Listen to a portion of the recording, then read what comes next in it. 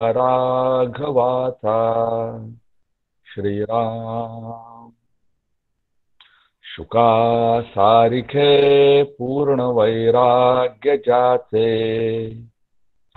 वसिष्ठा परी ज्ञान योगेश्वराचे. कवी वाल्मिका सारिखा मान्य ऐसा, नमस्कार माझा सद्गुरु रामदासा. श्रीराम. सदा सर्वदा योग तुझा घडावा, तुझे कारणी देह माझा पडावा. उपेक्षू नको गुणवंता अनंता, रघुनायका मागणे हेची आता. श्रीराम. जय जय रघुवीर समर्थ सद्गुरु श्री रामदास स्वामी महाराज की जय. महारुद्र हनुमान की जय. सब संतन की जय. जय जय रघुवीर समर्थ. साधना विचार अभ्यास वर्गाच्या आजच्या 6व्या सत्रामध्ये उपस्थित सर्वांचं मी स्वागत करतो. या विषयाच्या अभ्यासाची पूर्वतयारी शमिकाताईंनी फार सुंदर आपल्याकडनं करून घेतली. परमार्थाचा अधिकारी म्हणून स्वतःला कसं तयार केलं पाहिजे ही तयारी शमिकाताईंनी करून घेतली. त्यानंतर सुखाचा शोध या प्रकरणाच्या 2 सत्रांमधनं अलकाताईंनी सुखाची मीमांसा करून आपल्या ऋषीमुनींनी सुखरूपतेकडे सुखरूप होण्याचा मार्ग जो आखून दिलेला आहे त्याची छान ओळख करून दिली. जीवाचं स्वरूप कसं असतं, माणसांचे प्रकार कसे आहेत आणि या पारमार्थिक वाटचालीमध्ये आपण नेमकं कोणत्या टप्प्यावर आहोत हे कसं आपण पाहायचं, स्वतःलाच कसं पाहायचं हे अलकाताईंनी खूप छान आपल्याला सांगितलं. आणि आजच्या या विषयामध्ये आजचं जे प्रकरण आहे प्रपंच आणि परमार्थ, यामध्ये आपण मुख्य विषयाला हात घालणार आहोत, प्रपंच आणि परमार्थ. अलकाताईंनी आपल्याला सांगितलं की या 2 समांतर लाईन्स आहेत ज्या एकमेकांना छेदत नाहीत असं बोलून त्यांनी सुरुवात छान करून दिली. या विषयाची तशी ओळख करून दिलेलीच आहे, त्यामुळं माझं काही फारसं काम नाही आहे. पण नेमकं प्रपंचाचं स्वरूप काय आणि पारमार्थिक वाटचाल कशा पद्धतीने करायची याचं विवेचन आजच्या आणि पुढच्या सत्रामध्ये आपण पाहणार आहोत. मृदुलाताईला मी विनंती करते की आजचे वक्त्या सीमाताई यांची ओळख, त्यांचा परिचय मृदुलाने करून द्यावा. श्रीराम. गणेश दादा धन्यवाद. आज गणेश दादांनी सीमाताईंची ओळख करण्याची जबाबदारी माझ्यावर दिलेली आहे, ती मी माझ्या परीने पूर्ण करण्याचा प्रयत्न करते. तेषां ज्ञानी नित्ययुक्त एक भक्तिर्वैशिष्यते, प्रियो हि ज्ञानिनोत्यर्थमहं सच मम प्रियः. भगवद्गीतेच्या 7व्या अध्यायात भगवंत म्हणतात, जो पूर्ण ज्ञानी आहे आणि नित्य भगवत भक्तीमध्ये युक्त आहे तो सर्वोत्तम आहे, कारण मी त्याला अत्यंत प्रिय आहे आणि तो मला अत्यंत प्रिय आहे. अशा भगवंताला अत्यंत प्रिय शिष्य म्हणजे डॉक्टर काका, आणि डॉक्टर काकांच्या प्रिय शिष्यातल्या एक म्हणजे सीमाताई. अर्थात आपले जे सगळे वक्ते आहेत ते या श्लोकाप्रमाणे नक्कीच आहेत. मी असं म्हणण्याचं कारण म्हणजे काकांच्या सहवासात राहून दासबोध, उपनिषद, भगवद्गीता, आत्माराम, मनाचे श्लोक, पंचदशी विवरण अशा असंख्य ग्रंथांचा अभ्यास सीमाताई आणि या सगळ्या मंडळींनी केलेला आहे. त्या डॉक्टर काकांच्या अनुग्रहित देखील आहेत आणि अशा सीमाताई इनामदार यांच्याकडून आज आपल्याला प्रपंच आणि परमार्थ या विषयावरचं मार्गदर्शन लाभणार आहे. सीमाताई विविध ठिकाणी प्रवचन करतात. शरद महाबळ जे आहेत त्यांचा माईक ऑन आहे. प्लीज त्यांनी माईक म्यूट केला तर बरं होईल. आवाज येत नाही. आवाज हॅलो, येतोय आवाज. मृदुलाचा आवाज येतोय. येतोय ना? आवाज खूप बारीक आहे. आवाज बरोबर येत आहेत. त्यामुळे कृपया तुम्ही सगळ्यांनी आपापले हेडफोन्स किंवा स्पीकर जे असतील ते एकदा चेक करा किंवा सेटिंग चेक करा व्हॉल्यूमची, कारण आवाज व्यवस्थित येत आहे. मी सीमाताईंची ओळख करून देते. तर सीमाताईंची विविध ठिकाणी प्रवचनं झालेली आहेत.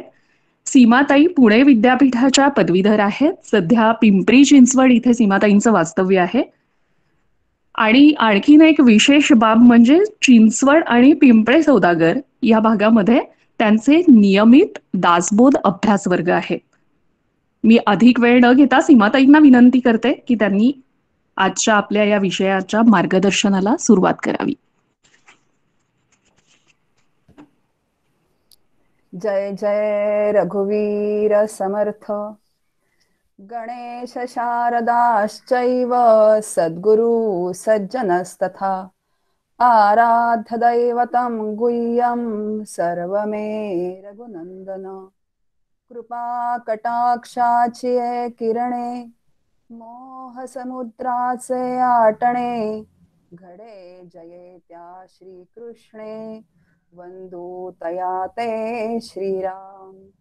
जयांचे करिता स्मरण होय सकल विद्यांचे अधिकरण ते वंदूया श्री चरण श्री गुरूंचे. शुका सारिखे पूर्ण वैराग्य जाचे वसिष्ठा परिज्ञान योगेश्वराचे. कवी वाल्मिका सारिखा मान्य ऐसा नमस्कार माझा सद्गुरु रामदासा. जय जय रघुवीर समर्थ. प्रथम श्री समर्थांना वंदन करते, सद्गुरूंना मनपूर्वक वंदन करते आणि सर्व साधक श्रोत्यांना मनपूर्वक वंदन करते. परमार्थ विज्ञान या ग्रंथाचा अभ्यास सुरू आहे. आता गणेश दादांनी सांगितल्याप्रमाणे शमिकाताईंनी ग्रंथ परिचय परमार्थाचा अधिकारी या विषयाची अभ्यासपूर्ण मांडणी आपल्या समोर अगदी विस्तृत केली. अलकाताईंनी सुखाचा शोध आणि माणसांचे प्रकार याचेही निरूपण अतिशय सुंदर केलं. आणि आजचा आपला जो चिंतनाचा विषय आहे प्रकरण 4, प्रपंचाचं स्वरूप आणि 4 आश्रम, एवढा भाग आपण त्याच्यातला घेणार आहोत. आणि जीवनाकडे बघण्याचा दृष्टिकोन आणि जगताकडे बघण्याची दृष्टी हा भाग आपला दुसऱ्या प्रवचनामध्ये होईल. आज आपण प्रपंचाचं स्वरूप आणि आश्रम याचं चिंतन करणार आहोत. थोडी प्रस्तावना करूयात. बघा, परमार्थ विज्ञान या ग्रंथाचा अभ्यास आपला सुरू आहे. आता हे प्रकरण 4 आहे आणि याच्या पुढे पण ग्रंथाचा अभ्यास चालू राहणार आहे, तो ग्रंथ पूर्ण होईपर्यंत. पण जेव्हा ग्रंथाचा अभ्यास आपण करतो, जे पारमार्थिक ग्रंथाचा अभ्यास आपण जेव्हा करतो, तेव्हा त्या पारमार्थिक ग्रंथाचा अभ्यास आपण करत असतो. पण त्या पारमार्थिक ग्रंथाचा अभ्यास करून मला नक्की काय मिळवायचं आहे हे ध्येय जर निश्चित असेल तर ते ध्येय मध्यवर्ती ठेवून ते अंतिम ध्येय जे आहे ते ध्येय जर माझ्या सारखं लक्षात असेल तर आपली ग्रंथाची जी वाटचाल सुरू आहे परमार्थाकडची ती उत्तम होते आणि ते ध्येय डोळ्यासमोर ठेवून आपला ग्रंथाचा अभ्यास होतो. वक्ता आणि श्रोता या दोघांनाही ते काय आहे तर अतिशय महत्वपूर्ण आहे. नाही तर असं वाटतं की वक्ता इथे बसून सांगतो आहे आणि श्रोते ऐकतायत, जे श्रोत्यांना वक्ता सांगतोय. असं नाहीये. तो वक्ता पण साधक आहे आणि श्रोते पण साधक आहेत. म्हणून दोघांच्याही दृष्टिकोनातून हे अतिशय महत्वाचं आहे की माझ्या समोर ध्येय काय आहे. जसं आपण ग्रंथाचा अभ्यास करतो तेव्हा परोक्ष ज्ञान म्हणजे शब्द ज्ञान संपूर्णपणे समजावून घेतो अधिकारी व्यक्तीकडून, त्याचा आपण अभ्यास करतो कारण परोक्ष ज्ञानाशिवाय अपरोक्ष अनुभूती नाही असं शास्त्र सांगतो. मग आता ह्या सगळ्यातून मला काय मिळणार आहे हे जर स्पष्ट असेल, बघा अभ्यास करताना अजिबात संदिग्धता असता कामा नये. या संपूर्ण अभ्यासातून मला काय मिळवायचं आहे तर फक्त आनंदी जीवन. डॉक्टर काका म्हणतात बी हॅपी स्टे हॅपी, आनंदी व्हा आणि आनंदाने जीवन जगा. डॉक्टर काका अजून एका आपल्या काव्यामध्ये म्हणतात जीवन आळवावरचे पाणी, तयाची गावी जीवनातया आनंदाची गाणी. बघा हे जीवन अतिशय सुंदर आहे, पण ते कसं आहे तर त्याच्यात वर्णन केलेलं आहे ते आळवावरच्या थेंबाप्रमाणे आहे. आळवाच्या पाण्यावरती जेव्हा पाण्याचा थेंब पडतो तेव्हा तो मोत्यासारखा दिसतो, पण तो कधी घरंगळेल हे सांगता येत नाही. असं जे मला मिळालेलं सुंदर जीवन आहे ते माझ्या हातातून कधी निसटून जाईल हे मला माहिती नसतं. मग हे जे जीवन आहे जे मला मिळालेलं आहे ते अतिशय सुंदर आहे. आणि असं सुंदर जीवन जे आहे ते सुखरूप कसं होईल. आपण सुखाचा अलकाताईंनी मागच्या प्रवचनामध्ये विषय मांडलेला होता. सुखी जीवन म्हणजे सुखाचा शोध घ्यायचा, पण मला सुखी व्हायचं नाहीये तर मला सुखरूप व्हायचंय. सुखाकडून सुखरूपतेकडचा प्रवास करायचा आपल्याला. ते सुखरूप कसं होईल हे परमार्थाचं ध्येय आहे. आणि असं सुखरूप होऊन सुखाने देह आणि हे जग सोडून देणं हे परमार्थाचं अंतिम ध्येय आहे. आनंदाने जीवन जगा, याच देहामध्ये असताना सुखरूप व्हा, सुखरूप होऊन सुखाने देह आणि हे जग सोडून द्या.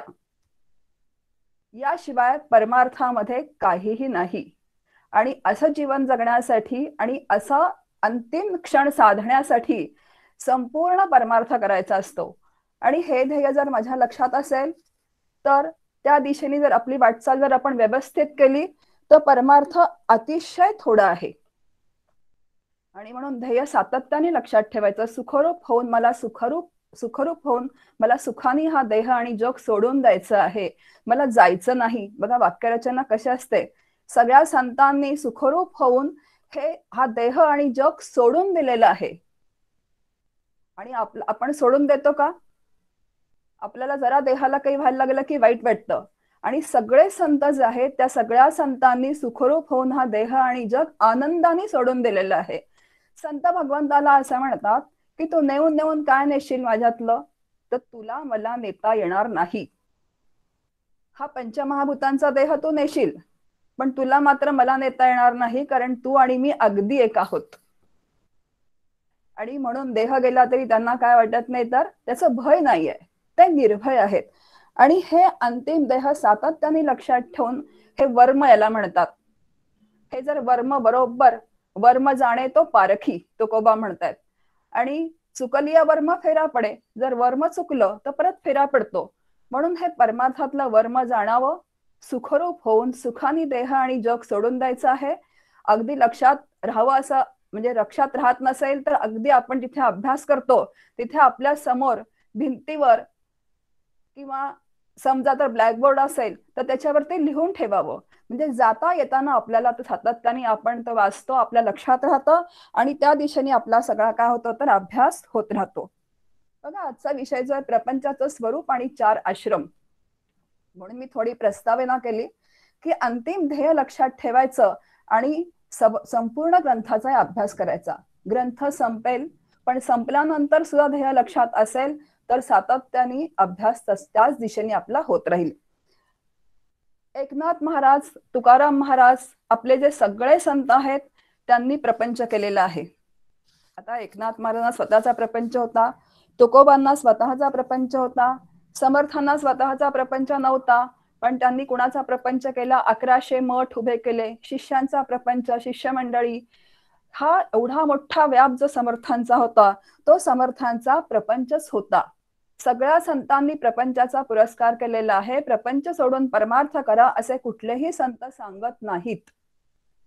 म्हणून प्रपंच आणि परमार्थ ही दोन्ही जीवनाची अविभाज्य अंग आहेत.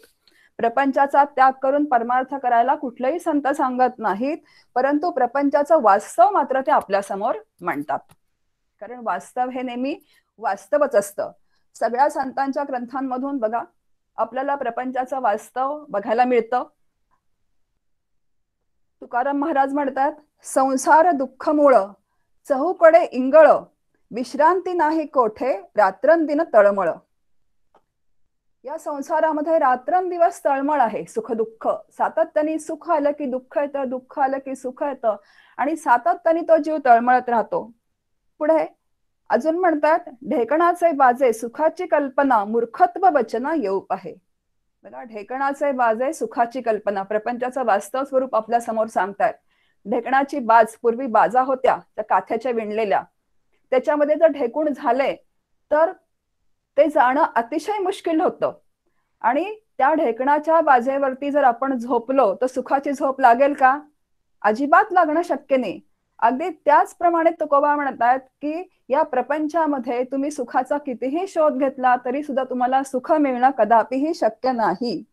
श्री समर्थ म्हणतात, परममूर्खा माझी मूर्ख, जो ये संसारी मानी सुख, या संसार दुःखायचे दुःख आणिक नाही. थोडा, जसं मी आता म्हटलं की निराशेचा सूर येतो की सगळे संत ही वचनं वाचल्यानंतर आपल्याला वाटतं की सगळं म्हणतात की आम्ही तर प्रपंच इतका छान करतो आहोत आणि सगळे संत असं का म्हणतात. पण जसं मी आता म्हटल्याप्रमाणे की ते आपल्या समोर वास्तव मांडतात. बघा, एक उदाहरण सांगते म्हणजे लक्षात येईल. सूर्य तापतो तेव्हा सूर्याला 3 त्याची लक्षणं आहेत. एक तर प्रकाशमान असतो, एक गोल असतो आणि उष्णता. हे 3 धर्म सूर्याचे आहेत. प्रकाश देतो, त्याला एक आकार आहे गोल, आणि उष्णता हा त्याचा धर्म आहे. आता मी जर म्हटलं की हे सूर्या तू तापू नकोस, मला फार ऊन लागतं किंवा आम्हाला एवढा प्रकाश नको आहे, तर सूर्य ऐकेल का? तो म्हणेल की तुम्ही काय ते सनकोट घाला, तुम्ही टोपी घाला, तुम्ही छत्री घेऊन जा, पण मी तापण्याचं बंद करणार नाही. माझी उष्णता आहे तशी आहे, माझा प्रकाश जेवढा आहे तेवढा आहे. आता हे वास्तव स्वीकारून त्याच्यावरती उपाय आपण करायचे आहेत. म्हणजे खूप ऊन पडलं तर टोपी घालायची आहे, छत्री घ्यायची आहे, सनकोट घालायचा आहे, गॉगल घालायचा आहे, ते उपाय आपण करायचे. पण ते वास्तव स्वीकारावंच लागतं आपल्याला. तसं संत जे आहेत ते नैराश्यवादी नाही आहेत, त्या प्रपंचाचं आपल्या समोर वास्तव सांगतायत आणि हे वास्तव स्वरूप ते आपल्या समोर मांडतायत. बघा, असं पण संत सांगतायत. आणि परत संत काय म्हणतात, पंत बाळेकुंद्री महाराजांचं एक खूप छान वचन आहे, प्रपंची राहुनी परमार्थ केला तो भला रे भला, तो भला रे भला. एकनाथ महाराज पण म्हणतात, उलट ते कौतुक करतात की जो प्रपंचात राहून परमार्थ करतो त्याचं. श्री समर्थ म्हणतात, आधी प्रपंच करावा नेटका, मग घ्यावे परमार्थ विवेका, येथे आळस करू नका विवेकी हो. आपण सगळे प्रापंचिक आहोत.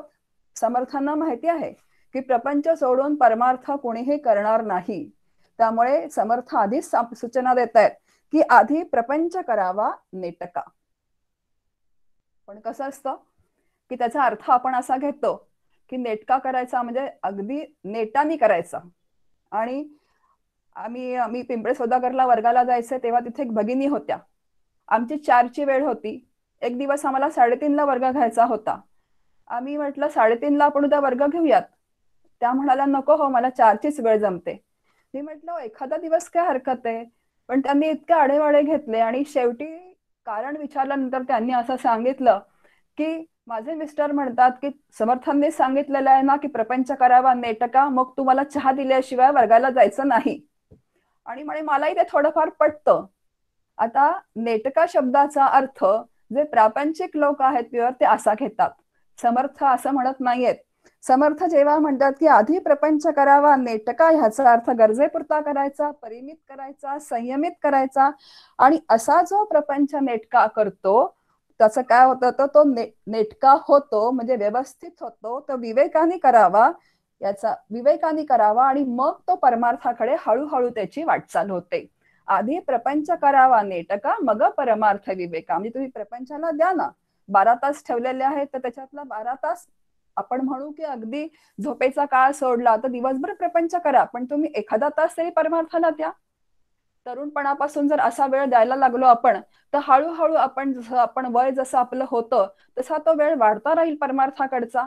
आणि मग प्रपंच जेव्हा फिका होत जातो, आता तो फिका होत जातो का फिका करायचा आहे. कारण हल्ली फिका होतच नाही. कारण आपलं लग्न झाल्यानंतर मुलं होतात म्हणून त्यांना आपलं जीवन सगळं समर्पित असतं, आणि नंतर मग मुलांची लग्न झाली की मग नातवंड होतात, आणि त्यांच्या दिमतीला आपण सगळेजण काय होतं तर त्यांचं कोडकौतुक करायचं, त्यांना सांभाळण्याची सेकंड आपला प्रपंच सुरू होतो.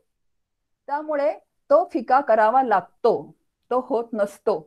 आणि तो कसा करायचा असतो ते ह्या सगळं संतांनी विचार आपल्या समोर मांडून ठेवलेले आहेत. म्हणून प्रपंच नेटका करा म्हणजे नेटाने करायचा नाहीये, तर तो नेटका करायचा विवेकानी. तो करता करता परमार्थात सुद्धा आपलं एक एक पाऊल पुढे पडला पाहिजे आणि हळूहळू परमार्थ वाढता राहिला पाहिजे. आणि मग पूर्ण वेळ आपल्याला जेव्हा प्रपंचाला देता येईल तेव्हा परमार्थ हळूहळू सिद्धतेकडे आपला जायला लागतो. आपण विचार करूया. आता प्रपंच शब्दाचा अर्थ काय होतो? 5 ज्ञानेंद्रिय, 5 कर्मेंद्रिय, 5 प्राण, मन, बुद्धी, चित्त आणि अहंकार, या 19 जणांचा जो समूह आहे त्याचा जगाशी जो संबंध आल्यानंतर जो गोंधळ चालू असतो, जे उपद्व्याप चालू असतात, त्याला प्रपंच असं म्हणतात. आणि असा प्रपंच सर्व योनींमध्ये सातत्याने चालू असतो. बघा, मनुष्य योनी मध्येच असतो असं काही नाही, सर्व योनींमध्ये हा जो इंद्रियांचा गोंधळ आहे, जगाशी जो सन्निकर्ष होतो इंद्रियांचा, जो संबंध येतो, तो मानव देहा व्यतिरिक्त संपूर्ण योनींमध्ये हा प्रपंच चालू असतो. आता ते कसे असतात? फक्त प्रपंच करतात, त्यांना परमार्थाची अजिबात जाण नसते, तसा विकास करण्याची त्यांना अजिबात बुद्धी नसते. परंतु नरदेह लाभलेल्याला मात्र प्रपंचाबरोबर परमार्थ सिद्धीला नेता येतो, त्या नरदेहाचा पूर्ण विकास करता येतो. आणि ओम पूर्णमद पूर्णमिदम पूर्णात पूर्णमुदच्यते पूर्णस्य पूर्णमादाय पूर्णमेवावशिष्यते, असं जे पूर्ण तत्व आहे त्या पूर्ण तत्वाचा अनुभव घेता येतो. आता मी आता सांगितलं प्रपंचाची व्याख्या की 5 ज्ञानेंद्रिय, 5 कर्मेंद्रिय, 5 प्राण, मन, बुद्धी, चित्त आणि अहंकार यांचा सतत देहादी जगताशी संबंध येत असतो. आता जग जेव्हा आपण शब्द वापरतो तेव्हा त्याच्यामध्ये देह हा शब्द अंतर्भूतच आहे. देह सोडून जग सिद्धच होत नाही. जेव्हा जग मी म्हणते तेव्हा त्याच्यामध्ये देह येतातच. आणि या समूहाचे जे उपद्व्याप चालू असतात, आता व्याप आणि उपद्व्याप 2 शब्द आपल्या समोर आहेत. प्रपंचात आलो आहोत, व्याप करावाच लागतो, प्रपंच करावाच लागतो, ईश्वराच्या नियमांप्रमाणे तो व्याप करावा. पण उपद्व्याप जे चालू असतात तेव्हा प्रपंच कसा होतो तर अस्ताव्यस्त होतो. आणि उपद्व्याप प्रयत्नपूर्वक थांबवणं याला साधना असं म्हणतात. आता हे उपद्व्याप जे आहेत ते आपले प्रत्येकाने आपले आपले ओळखायचे की माझा व्याप काय आहे, माझा उपद्व्याप काय आहे. कारण प्रत्येकाचा आता व्याप म्हणजे प्रपंच करणं हा व्याप एकच आहे, पण त्याच्यातले बारकावे जे आहेत ते आपण प्रत्येकाने काय करायचे आहेत तर बरोबर निवड करायची आहे की व्याप कुठला आहे माझा आणि उपद्व्याप कुठला आहे. म्हणून उपद्व्याप प्रयत्नपूर्वक थांबायचे, व्याप नियमाने करायचा. असा जेव्हा संयमित प्रपंच केला जातो तेव्हा हळूहळू आपली परमार्थाकडे वाटचाल होते. म्हणजे प्रपंच आणि परमार्थ एकमेकांना अतिशय पूरक आहेत. जसं आता सांगितलं की अलका ते म्हणाले की प्रपंच आणि परमार्थ या समांतर रेषा आहेत, त्या एकमेकांना छेद देत नाहीत पण त्या एकमेकांना बाधित पण करत नाहीत. दोन्ही अगदी व्यवस्थित छान चालू राहतात जर त्या युक्त्या आपण संतांकडून, शास्त्राकडून, श्रीगुरूंकडून शिकून घेतल्या तर. कारण सामान्य कल्पना अशी असते की प्रपंच आणि परमार्थ एकमेकांच्या अत्यंत विरुद्ध आहेत. आणि मग आपल्याला सामान्यपणे वाक्य ऐकायला मिळतात की अहो आम्हाला प्रपंचामध्ये अजिबात वेळ मिळत नाही. बघा, वेळच मिळत नाही. आता समर्थांनी सांगितलं की नाही प्रपंच नेटका करायला, मग आम्ही प्रपंच करतो आहोत. आता डॉक्टर काका मग गमतीने म्हणतात बरं का की वेळ मिळत नाही का काढत नाही, ते थोडासा किंचित आवाज वाढवतात आणि म्हणतात वेळ मिळत नाही का काढत नाही. कारण का मिळत नाही तर ती अजून माझ्या चित्ताची आवड झालेली नाही. जेव्हा माझ्या चित्ताला आवड निर्माण होते परमार्थाची तेव्हा मग वेळ आपोआप काढला जातो. आता आपल्या आवडीच्या अनेक गोष्टी असतात, आपण एवढ्या व्यस्त जीवनातून सुद्धा वेळ काढतो की नाही? अनेक गोष्टी असतात. आता एवढं इथं स्पष्टीकरण मी करणार नाहीये, पण तेव्हा आपण वेळ काढतो. मग असाच परमार्थ आपला आवडीचा व्हावा आणि आवडीचा झाला की बरोबर वेळ मिळतो. आता प्रपंच हा प्रारब्धानुसारी जसा चालायचा तसा तो चालणार असतो. त्याच्यामध्ये माझे पूर्ण प्रयत्न करून 101% प्रयत्न करायचे आहेत, पण तो प्रारब्धावर सोपवून द्यायचा आहे. आणि परमार्थ मात्र जो आहे तो कसा आहे तर क्रियामान स्वातंत्र्यामध्ये करण्याचा आहे. आणि परमार्थ जर मी नेटाने केला तर तो निश्चित मला आनंदापर्यंत नेतो. प्रपंच मला सुख दुःख म्हणजे प्रपंच मुळातच द्वंद्वमय आहे. द्वंद्वमय म्हणजे सुख दुःख, यश अपयश, कीर्ती अपकीर्ती, मान अपमान, या सगळ्या गोष्टी प्रपंचामध्ये सातत्याने चालू राहतात. आता बघा, सुख दुःख हे मुख्य द्वंद्व आहे, पण त्याच्या पोटामध्ये ही सगळी द्वंद्व आहेत. यश आहे अपयश आहे, कीर्ती आहे अपकीर्ती आहे, मान आहे अपमान आहे. मानाने मी सुखी होते तर अपमान झाला की दुःखी होते, यश मिळालं की मी सुखी होते, अपयश मिळालं की मी दुःखी होते. म्हणजे प्रपंच हा संपूर्ण द्वंद्वमय आहे आणि परमार्थ आपल्याला द्वंद्वातीत जीवन जगायला शिकवतो. आता द्वंद्वमय जीवन हे प्रपंचाचं स्वरूपच असेल तर राहिला का बिचारा त्याच्यापाशी तो काय बिघडलंय? तो प्रारब्धाप्रमाणे जे मी माझ्यासाठी करून ठेवलेलं आहे, पूर्वकर्म जे माझं आहे त्याप्रमाणे सुख दुःख माझ्या वाट्याला येणार आहेत. त्यांना तोंड द्यायचं तसं मी द्यायचं आहे, ते सुद्धा युक्तीने द्यायचं आहे. संतांचे विचार आहेत आपल्याजवळ. आणि परमार्थात मात्र द्वंद्वातीत जीवन जगण्याचा सातत्याने प्रयत्न करायचा आहे. आणि द्वंद्वातीत जीवन जगता जगता एक दिवस मी आनंद रूप होऊन जाते. म्हणून मी मगाशी म्हटलं की ध्येय लक्षात ठेवायचं. आनंद रूप होणं हे फक्त परमार्थाचं ध्येय आहे. म्हणून प्रपंच करताना सुद्धा तो व्यवस्थित करावा लागतो, हे मात्र नक्की आहे. म्हणजे व्यावहारिक सत्तेमध्ये प्रपंच जो माझ्या वाटेला आला तो अगदी व्यवस्थित करावा लागतो. आपण आपल्या विषयाकडे थोडं जाऊया. प्रपंच करताना सुद्धा बघा, आपण सुरुवातीला आपल्याला मुलं होतात तेव्हा 5 वर्ष झालं की आपण त्याला बालवाडीमध्ये घालतो.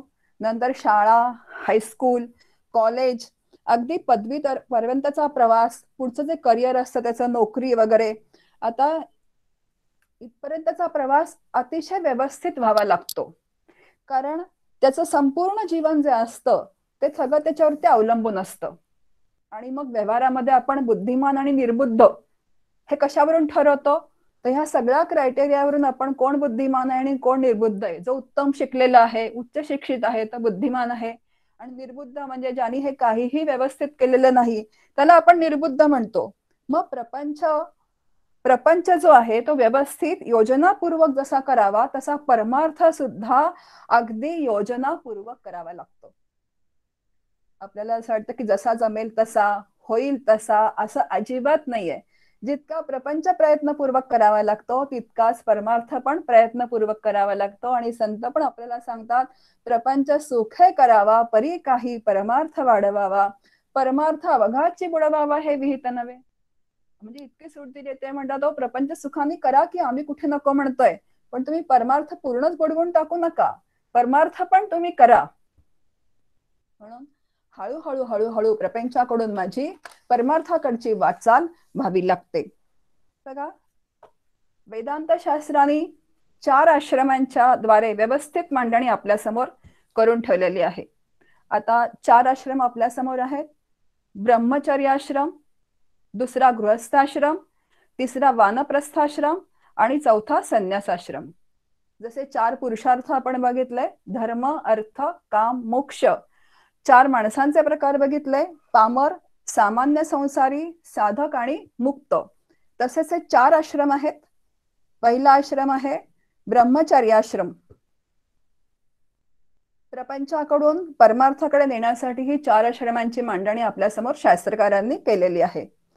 आता आपण जर बघितलं तर सध्याच्या काळामध्ये या 4ही आश्रमांचं पालन आपल्याला होताना दिसत नाही. पण शास्त्राने ज्या अर्थी मांडणी केलेली आहे, ग्रंथामध्ये विचार आलेला आहे तर 4ही आश्रमांचा आपल्याला विचार करायचा आहे. आणि हे 4 आश्रम सध्याच्या काळामध्ये मला कसे अवलंबिता येतील याचा आपण विचार करणार आहोत. बघा, जसे मी आता म्हटलं, पूर्वीच्या काळी ब्रह्मचर्याश्रम पहिला आश्रम आहे. पूर्वीच्या काळी 5व्या-8व्या वर्षी मौंजी बंधन होत असे. मौंजी बंधन झाल्यानंतर विद्या संपादन करण्यासाठी तो जो मुंज मुलगा आहे तो गुरुगृही जात असे विद्या शिकण्यासाठी. आता गुरुगृही गेल्यानंतर गुरूंची सेवा करायची, जी गुरुमाता आहे तिची सेवा करायची. आता पूर्वी खेड्यामध्ये अगदी ते गुरुगृही जायचे तेव्हा तिथे चुलीवर स्वयंपाक करायला लागायचा. त्यामुळे लाकडं आणायची जाऊन, लाकडाची मोळी करायची, नंतर ती सगळी सगळी सगळी श्रीगुरूंकडची जी सगळी कामं आहेत गुरुगृही ती सगळी करायची. शेणाने सारवणं असेल, गोठा सारवणं असेल, गाई गुरं ह्या सगळ्यांचा जो सांभाळ करणं असेल, ही सगळी कामं त्या काळात त्या जो गेलेला असतो विद्या संपादन करण्यासाठी त्याला करायला लागायची. दिवसभर कामं केल्यानंतर सुद्धा रात्री झोपताना गुरुमातेचे गुरूंचे पाय चेपणं, त्यांचं अंग दाबून देणं, त्यांची सेवा करणं, पहाटे उठून पाठपाठांतर करणं, वेद मुखोद्गत करणं. लहानपणी पाठांतर खूप लवकर होतं, झालेलं पाठांतर लक्षात राहतं आणि जे पाठांतर केलेलं असतं त्याचा अर्थ मोठेपणी कळायला लागतो आणि अर्थ कळला तर त्याचा मला जीवनात उपयोग करता येतो. आणि आश्रमात बघा हे सगळे विचार पूर्वीच्या काळचे आहेत, हे जे सगळे आता मी सांगते ते, कारण आपल्या आश्रमांचे प्रकार आहेत त्याप्रमाणे आपण थोडा विचार करणार आहोत आणि सध्याच्या काळात जे मला कसे लागू पडणार आहेत याचाही थोडा आपण विचार करणार आहोत. आता आश्रमात जे अन्न शिजेल ते सर्वांनी खायचं आहे.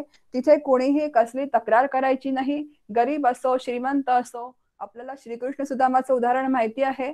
श्रीकृष्ण यादव कुळचा होता तर सुदामा अतिशय गरीब ब्राह्मणाचा मुलगा होता, पण आश्रमात मात्र दोघंही अगदी कसे होते तर म्हणजे सगळेच गरीब श्रीमंत याच्यामध्ये कुठलाही भेदभाव नसायचा. मुलं ऍडजस्टमेंट करायला शिकायची, तडजोड करायला शिकायची, तिथे कोणीही कुणाला नावं ठेवायचं नाही. आश्रमामध्ये सात्विक अन्न खायला मिळायचं आणि सात्विक अन्न खायला मिळालेलं असल्यामुळे सात्विक बुद्धी तयार व्हायची, त्यामुळे स्मरणशक्ती उत्तम व्हायची आणि वेद सुद्धा सहजासहजी मुखोद्गत होत असत. आता एवढं मी आता आपल्या समोर जी मांडणी केली ती पूर्वीच्या काळची मांडणी केली. आता आपण जर चित्र बघितलं सगळीकडे तर काय आहे, या सगळ्या गोष्टी आपल्याला बघायला कुठेही मिळत नाही. आमच्या ज्ञानप्रबोधिनीमध्ये गुरुकुल होतं, ते सुद्धा पालक गुरुकुलात घालायचे नाहीत की दिवसभर मुलगा अडकलेला राहतो म्हणून. लहानपणी आता मूल जन्माला आलं थोडं एक तरी ते टीव्हीकडे बघायला लागतं, टकमक टकमक त्याला कलरकडे बघायला लागतं, आवाजाचा वेध घ्यायला लागतं. नंतर मुलं आमची मोबाईल शिवाय जेवत नाहीत, समोर टॅब पाहिजे, त्याशिवाय घास त्याच्या तोंडात जात नाही, असे आई वडील काय सांगतात तर मोठ्या आयटीने सांगतात. मौंजी बंधन हा सुद्धा हौसेचा भाग राहिलेला आहे. खरं म्हणजे असं आहे की गुरु वडील जे आहेत ते त्या मुलाचे गुरु आहेत आणि ते गायत्री मंत्राचा मंत्र देतात त्याच्या कानामध्ये. मग ते गुरु झाल्यानंतर वडिलांनी गायत्री मंत्राचा आधी अनुष्ठान करायचं असतं आणि मग तो मंत्र मुलाच्या कानात द्यायचा असतो. पण मग आता निराश होऊन जायचं का, तर अजिबात निराश व्हायचं काहीही कारण नाही, कारण आपण सगळे शिवथरगडीतले आहोत. त्यामुळे आपल्याला माहितीये की ब्रह्मचर्याश्रम व्यवस्था पूर्वीसारखी नाहीये अशी पूर्ण वेळासारखी, पण ती व्यवस्था करून ठेवलेली आहे.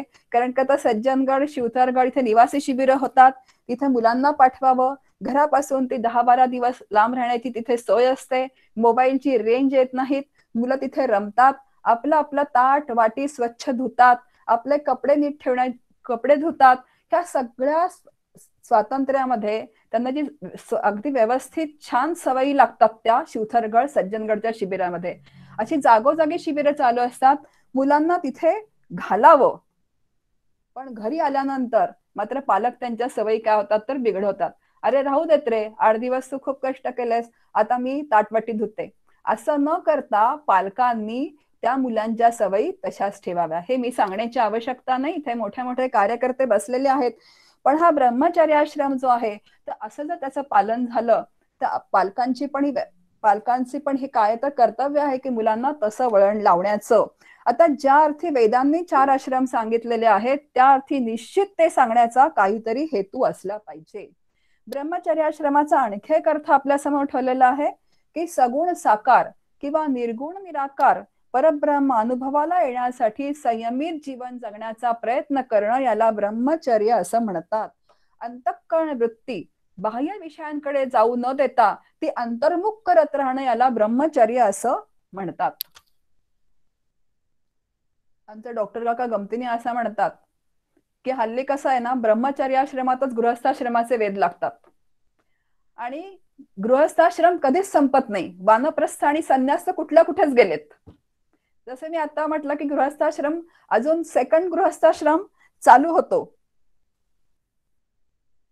पण ज्या अर्थी वेदांनी ही मांडणी केलेली आहे त्या अर्थी निश्चित असा काहीतरी हेतू आहे.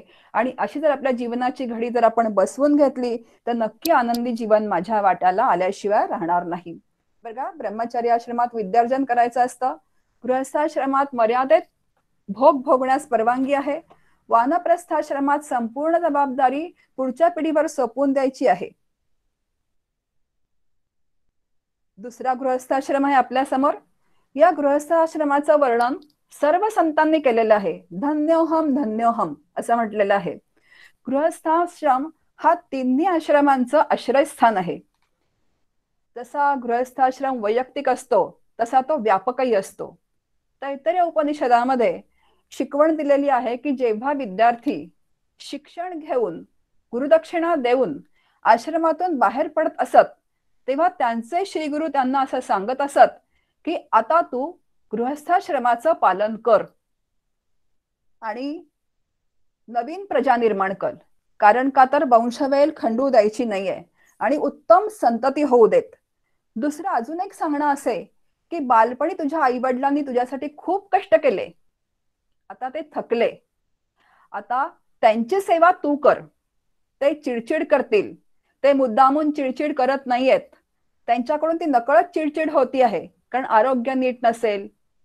मग ते सगळं तू सहन कर शांतपणे. अजून एक सूचना असे की जे विद्वज्जन आहेत त्यांचं तू पूजन कर आणि त्यांच्या ठिकाणी तू मला बघ. विद्या विनयेन शोभते, अतिशय नम्रपणा अंगी बाण आणि गृहस्थाश्रमामध्ये तू प्रवेश कर. बघा, पूर्वी लग्न खूप लवकर होत होती. मुलांबद्दलची कर्तव्य पार पाडल्यानंतर दोघा जणांनी मिळून पुढच्या आश्रमात जायची सोय होती. पण तोपर्यंत दोघांनी मिळून प्रपंच अत्यंत नीटनेटका करायचा प्रयत्न करायचा आहे. आलेल्या प्रसंगाला म्हणजे सुखदुःखांच्या प्रसंगाला व्यवस्थित विवेकाने सामोरं जायचं आहे आणि भोगासक्ती हळूहळू कमी करायची आहे. आणि तेव्हा नेटका प्रपंच होईल, तेव्हा पुढचा वानप्रस्थाश्रम आपल्याला साधता येईल. त्यामुळे गृहस्थाश्रम हा अतिशय महत्वाचा आश्रम आहे. म्हणून मी मगाशी म्हटलं की तीनही आश्रमांचं आश्रयस्थान जो आहे तो गृहस्थाश्रम आहे. म्हणून गृहस्थाश्रमाची खूप मोठी जबाबदारी आहे. कारण ब्रह्मचर्याश्रमात जी पुढची मुलं असतात त्यांची जबाबदारी आपल्यावर असते, आपल्या घरात मोठ्या व्यक्ती असतात त्यांची जबाबदारी आपल्यावरती असते. म्हणून घरामध्ये आपल्या समोर जर लहान मुलं आहेत आपल्या घरामध्ये तर साधू संतांना घरी बोलवावं, ग्रंथांचं वाचन नित्यनेमाने करावं, तर मुलांवर संस्कार होत राहतात. ही पूर्ण पालकांची जबाबदारी आहे. आता आई वडिलांना जर उपनिषद ब्रह्मसूत्र माहिती नसतील तर ती मुलांना काय सांगणार. म्हणून उपनिषद ब्रह्मसूत्र जे आपलं वेदवाङ्मय आहे ते माहिती करून घ्यावं. बघा, कधी कधी तर एक भगिनी होत्या, त्यांना ज्ञानेश्वरी म्हणजे भगवद्गीतेची टीका आहे हेही माहिती नव्हतं. आता खरं म्हणजे हे सांगताना सुद्धा मला कसं तरी वाटतंय, पण ज्ञानेश्वरी ही भगवद्गीतेची टीका आहे म्हणून आपली जी ग्रंथ संपदा आहे, जे संत वाङ्मय आहे, हे माहिती करून घेण्याची जबाबदारी कोणाची आहे तर ही आपल्या पालकांची आहे. आणि ही जर गृहस्थाश्रमामध्ये जबाबदारी जर आपण व्यवस्थित पार पडली तर मुलांवर सुद्धा संस्कार होतात. डॉक्टर काका म्हणतात की संस्कार करणं हा काही प्रोजेक्ट नाहीये, ते नकळत आई वडिलांच्या आचरणामधून मुलं शिकत असतात आणि त्यांचं अनुकरण करत असतात. गृहस्थाश्रमामध्ये जीवाला जन्म देणं आणि त्याचं जीवन उन्नत करणं हे मोठं काम आहे. एक चांगली पिढी आपल्याला पुढची घडवायची आहे. सद्यस्थितीमध्ये आपण बघतो की पैसा कमवणं आणि पैसा कमवून त्या पैशातून चैनीच्या वस्तू आणून देणं, याच्यामध्येच पालक काय समजतात आपल्याला तर कृतार्थ समजतात. सगळे पालक असे नाहीयेत, मी सगळ्यांना म्हणत नाही, पण विचारधन नावाचं जे आहे ते विचारधन पालकांनी आपल्या मुलांना द्यावं. तुकोबा म्हणतात, आम्हा घरी धन शब्दांचीच रत्ने. म्हणून विचारधन द्यावं. सदाचारण, आई वडिलांची सेवा करावी, सासू सासऱ्यांची सेवा करावी, एक उत्तम पिढी घडवण्याचं काम गृहस्थाश्रमामध्ये होतं. म्हणून सर्व आश्रमांना गृहस्थाश्रम हा आधार आहे. बघा, संन्याशी लोक सुद्धा असतात. माऊलींची ओवी आहे, जरी झाला संन्याशी तरी 12 वाजताच तोंडवाशी. कारण त्याला खायला काय लागतं तर अन्नच लागतं 12 वाजता. मग त्यावेळेस गृहस्थाश्रमाचंच घर असतं, ते त्या संन्याशाला काय देतं तर अन्न देतं. म्हणून एक ब्रह्मज्ञ जेवला तर 1000 ब्रह्मज्ञ जेवतात. त्यामुळे गृहस्थाश्रमामध्ये नेहमी ज्ञानीजनांना जेव घालावं, त्यांना बोलवावं. अन्नदान हे मोठं पुण्य जे आहे ते गृहस्थाश्रमेत करावं, निरपेक्ष भावनेने करावं, आपलं कर्तव्य चोख पाडावं. कुठली सापेक्षता असू नये करण्यामध्ये. तिथे सापेक्षता आहे तिथे सकामता आहे, सकामता आहे तिथे भगवंतापर्यंत जाण्याचा मार्ग काय होतो आपला तर बंद होऊन जातो. बंद म्हणजे मग तो हळू आपण ज्या गतीने जायला पाहिजे त्या ती गती तिथे काय होते तर थांबून जाते. म्हणून निष्काम भावनेने केलेली जी आपली कर्म आहेत, जी उपासना आहे ती आपल्याला चित्तशुद्धीकडे नेतात. एक खूप छान विचार आहे बघा, प्रपंच ही मला मिळालेली प्रयोगशाळा आहे. कधी कधी असं वाटतं, खूप जण म्हणतात की अहो काही प्रपंचाची कटकट आहे. जे व्यवहारामध्ये पण लोक म्हणतात, ज्यांना परमार्थ करायचा तेही म्हणतात ही प्रपंचाची कटकट नसती ना तर मी पूर्ण वेळ परमार्थाला दिला असता. पण एक छान विचार आपल्या समोर आहे की प्रपंच ही मला मिळालेली प्रयोगशाळा आहे आणि या प्रयोगशाळेत संतांचे, शास्त्राचे, श्रीगुरूंचे सिद्धांत मला वापरायचे आहे. बघा समर्थांची आज्ञा आहे, नको रे मना क्रोध हा खेदकारी. आता मी जर संन्याशी असेल तर हा विचार कुठे वापरणार, पण रोज मनात श्लोक म्हणते, नको रे मना क्रोध हा खेदकारी, नको रे मना काम नाना विकारी. म्हणजे माझ्या मनात इच्छा येऊ देऊ नकोत, माझ्या मनामध्ये क्रोध येऊ देऊ नको. पण जर माझ्या घरात आता मी पत्नी आहे, माझे पती जर माझ्यावरती रागवले तर तिथे मला तपासून बघायचं आहे की मला राग येतोय का मी नुसतेच मनाचे श्लोक वाचतीये नको रे मना क्रोध हा खेदकारी. मग आता जर माझा विवेक जागरूक असेल त्या क्षणी तर माझ्या लक्षात येईल की मला भगवंतानी प्रपंच ही दिलेली प्रयोगशाळा आहे, त्या प्रयोगशाळेमध्ये मला हा समर्थांचा विचार वापरायचा आहे आणि मला वापरल्यानंतर माझ्या लक्षात येणार आहे की मला राग येतोय की नाही. जर राग आला नाही तर जमलं, आणि राग आला तर कितीही वेळा मनाचे श्लोक वाचले तरी सुद्धा त्याचा काहीही उपयोग नाही.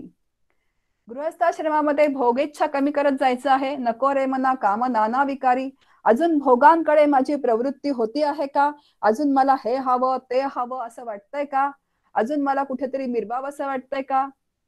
मला हे हवं ते हवं बरोबर आहे, पण अजून कोणाला तरी ते नको असंही वाटतं आपल्याला बरं का, त्याला ते देऊ नकोस देवा, त्याला ते दे. म्हणजे इतकी गडबड असते गृहस्थाश्रमामध्ये. मग गृहस्थाश्रमाकडून जर आपल्याला पुढे जायचं असेल, प्रपंचातनं जर आपल्याला परमार्थाकडे जायचं असेल, ते आपल्या प्रपंचाच्या प्रयोगशाळेमध्ये हे संतांचे, श्री गुरूंचे, शास्त्राचे सिद्धांत सातत्याने आपल्याला वापरून बघायचं आहे. म्हणून प्रपंच ही कटकट न समजता प्रपंच ही मला भगवंतानी वापरायला दिलेली प्रयोगशाळा आहे. बघा एक विचार असतो, तो विचार बदलला ना आपण त्याच्याकडे बघण्याचा दृष्टिकोन की आपलं लगेच एकदम मन शांत होऊन जातं. सगळे सिद्धांत तुम्ही वापरा प्रपंचामध्ये, कारण माझ्या अवतीभोवती जरी माणसं नसती, जर माझ्यावरती रागवणारा माझा नवरा नसता, माझ्यावर चिडचिड करणारी मुलं नसती, तर माझं अंतःकरण शांत राहतंय की नाही मी कुठे तपासलं असतं. असे छान विचार करावेत आणि प्रपंच करत राहावा, प्रपंच सुखे करावा. समर्थ म्हणतात. मग आता पुढे माऊलींचं अजून एक खूप छान वचन आहे बघा, जर असं झालं नाही तर काय होईल, जर हे विचार संतांचे, श्रीगुरूंचे जर मी वापरले नाहीत तर काय होईल. ग्रंथ ग्रंथाच्या जागी, संत संतांच्या जागी आणि मी माझ्या जागी. मग माऊली आपल्या समोर मांडणी करतायत, ऐसी दशा येईल पुढे, मग मन हे होईल वेडे, चिंतून ठेवी रोकडे आत्मज्ञान. आता ते म्हणतात की ऐसी दशा येईल पुढे. आता कशी दशा येईल पुढे, तर मग मन हे होईल वेडे. तू नातेवाईकांसंबंधी विचार कर, संपत्ती संबंधी विचार कर, घरातल्या संबंधी विचार कर. सातत्याने तुझं अंतःकरण त्याच्यामध्ये गुंतून राहिलं तर नुसतं मन वेड होईल. जे सगळे अशाश्वत ज्या गोष्टी आहेत त्याच्यामध्ये सातत्याने जर चित्त गुंतून राहिलं तर फक्त काय होईल तर ऐसी दशा येईल पुढे, मग मन होईल वेडे, चिंतून ठेवी रोकडे आत्मज्ञान. आपल्या सगळ्यांना माहितीये की आपल्या प्रपंचामध्ये जर अशा गोष्टी काही आपल्या मनाविरुद्ध झाल्या तर चित्ताला अतिशय दुःख होतं. हे असंच का, माझ्याच वाटायला का, मी का असं केलं होतं, असे सगळे प्रश्न आपण आपल्याला विचारायला लागतो की त्याची कधीही उत्तरं आपल्याला मिळत नाहीत. मग काय करतो, चिंतून ठेवी रोकडे आत्मज्ञान. जे विचार जे आहेत आत्मज्ञानाकडे जाणारे, जे संत श्रीगुरु शास्त्रांनी सांगितलेले आहेत ते विचार तू आत्ताच प्रपंचामध्ये असतानाच काय कर, त्याचं चिंतन कर. आता प्रापंचिकांचं समाधान कशावरती अवलंबून असतं? सत्ता, संपत्ती, यश, कीर्ती, प्रतिष्ठा यावर अवलंबून असतं. आणि ते नसेल तर काय आहे, तर आपल्याला वाटतं काहीच जीवनामध्ये अर्थ नाही, इतके कष्ट केले. पण जसं मी म्हटलं तसं प्रपंच हा पूर्ण प्रारब्धाधीन आहे. पण हे जर मला माहिती नसेल तर अंतःकरणाची अत्यंत दीन दशा होते.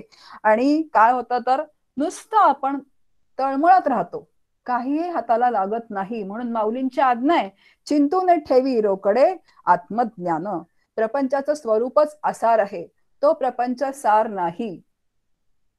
प्रपंच आसार आहे. प्रपंचातल्या सगळ्या गोष्टी ज्या आहेत त्या अनित्य आहेत, नाशिवंत आहे. तो कायमस्वरूपी टिकणारा नाही, तो टिकलेलाही नाही, पुढे टिकणारही नाही आहे. बघा, 4 मध्ये प्रपंच आपला चाललेला असतो: व्यक्ती, वस्तू, घटना आणि परिस्थिती. ज्या व्यक्ती असतात, आता व्यक्ती, माझे पणजोबा होते, पणजोबानंतर माझे आजोबा, आजोबानंतर माझे वडील, तिघही आज हयात नाहीयेत. आज मी पण 50च्या पुढे गेलेली आहे, मी पण जाणार आहे. म्हणजे व्यक्ती कधीही कायमस्वरूपी टिकलेल्या नाहीयेत. वस्तू झिजतात. माझ्या प्रपंचातल्या वस्तू, माझ्या सासूबाई म्हणायच्या, अगं वस्तू आम्ही घेतलेल्या लग्न झाल्यानंतर आता वस्तू पण झिजल्या म्हणाली. तर हाडं झिजणार नाहीत का आमची? म्हणजे व्यक्ती झिजतात, वस्तू झिजतात, त्या सुद्धा काय होतात तर टिकत नाही. घटना असतात, त्या घटना सुद्धा भूतकाळातल्या असतात, त्या घडून गेलेल्या असतात, तरी त्याचं चिंतन चालू असतं. त्याचं चिंतन करून ज्याचा काहीही मला उपयोग नसतो, फक्त अपव्यय असतो वेळेचा, तरी आपण भूतकाळातल्या गोष्टींचं चिंतन करत राहतो. व्यक्ती, वस्तू, घटना आणि परिस्थिती सातत्याने बदलत राहते.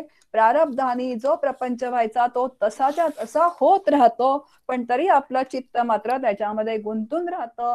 मग संत आपल्याला सांगतात की तुझे 101% प्रयत्न, बघा ह्या सगळ्या ज्या गोष्टी आहेत ना, व्यक्ती, वस्तू, घटना, परिस्थिती, या सगळ्या नाशिवंत आहेत, त्या कायमस्वरूपी टिकणाऱ्या नाहीत, असं सातत्याने मनाला पटवून देत देत देत 101% प्रयत्न व्यवहारामध्ये करत सगळं प्रेमाने करायचं.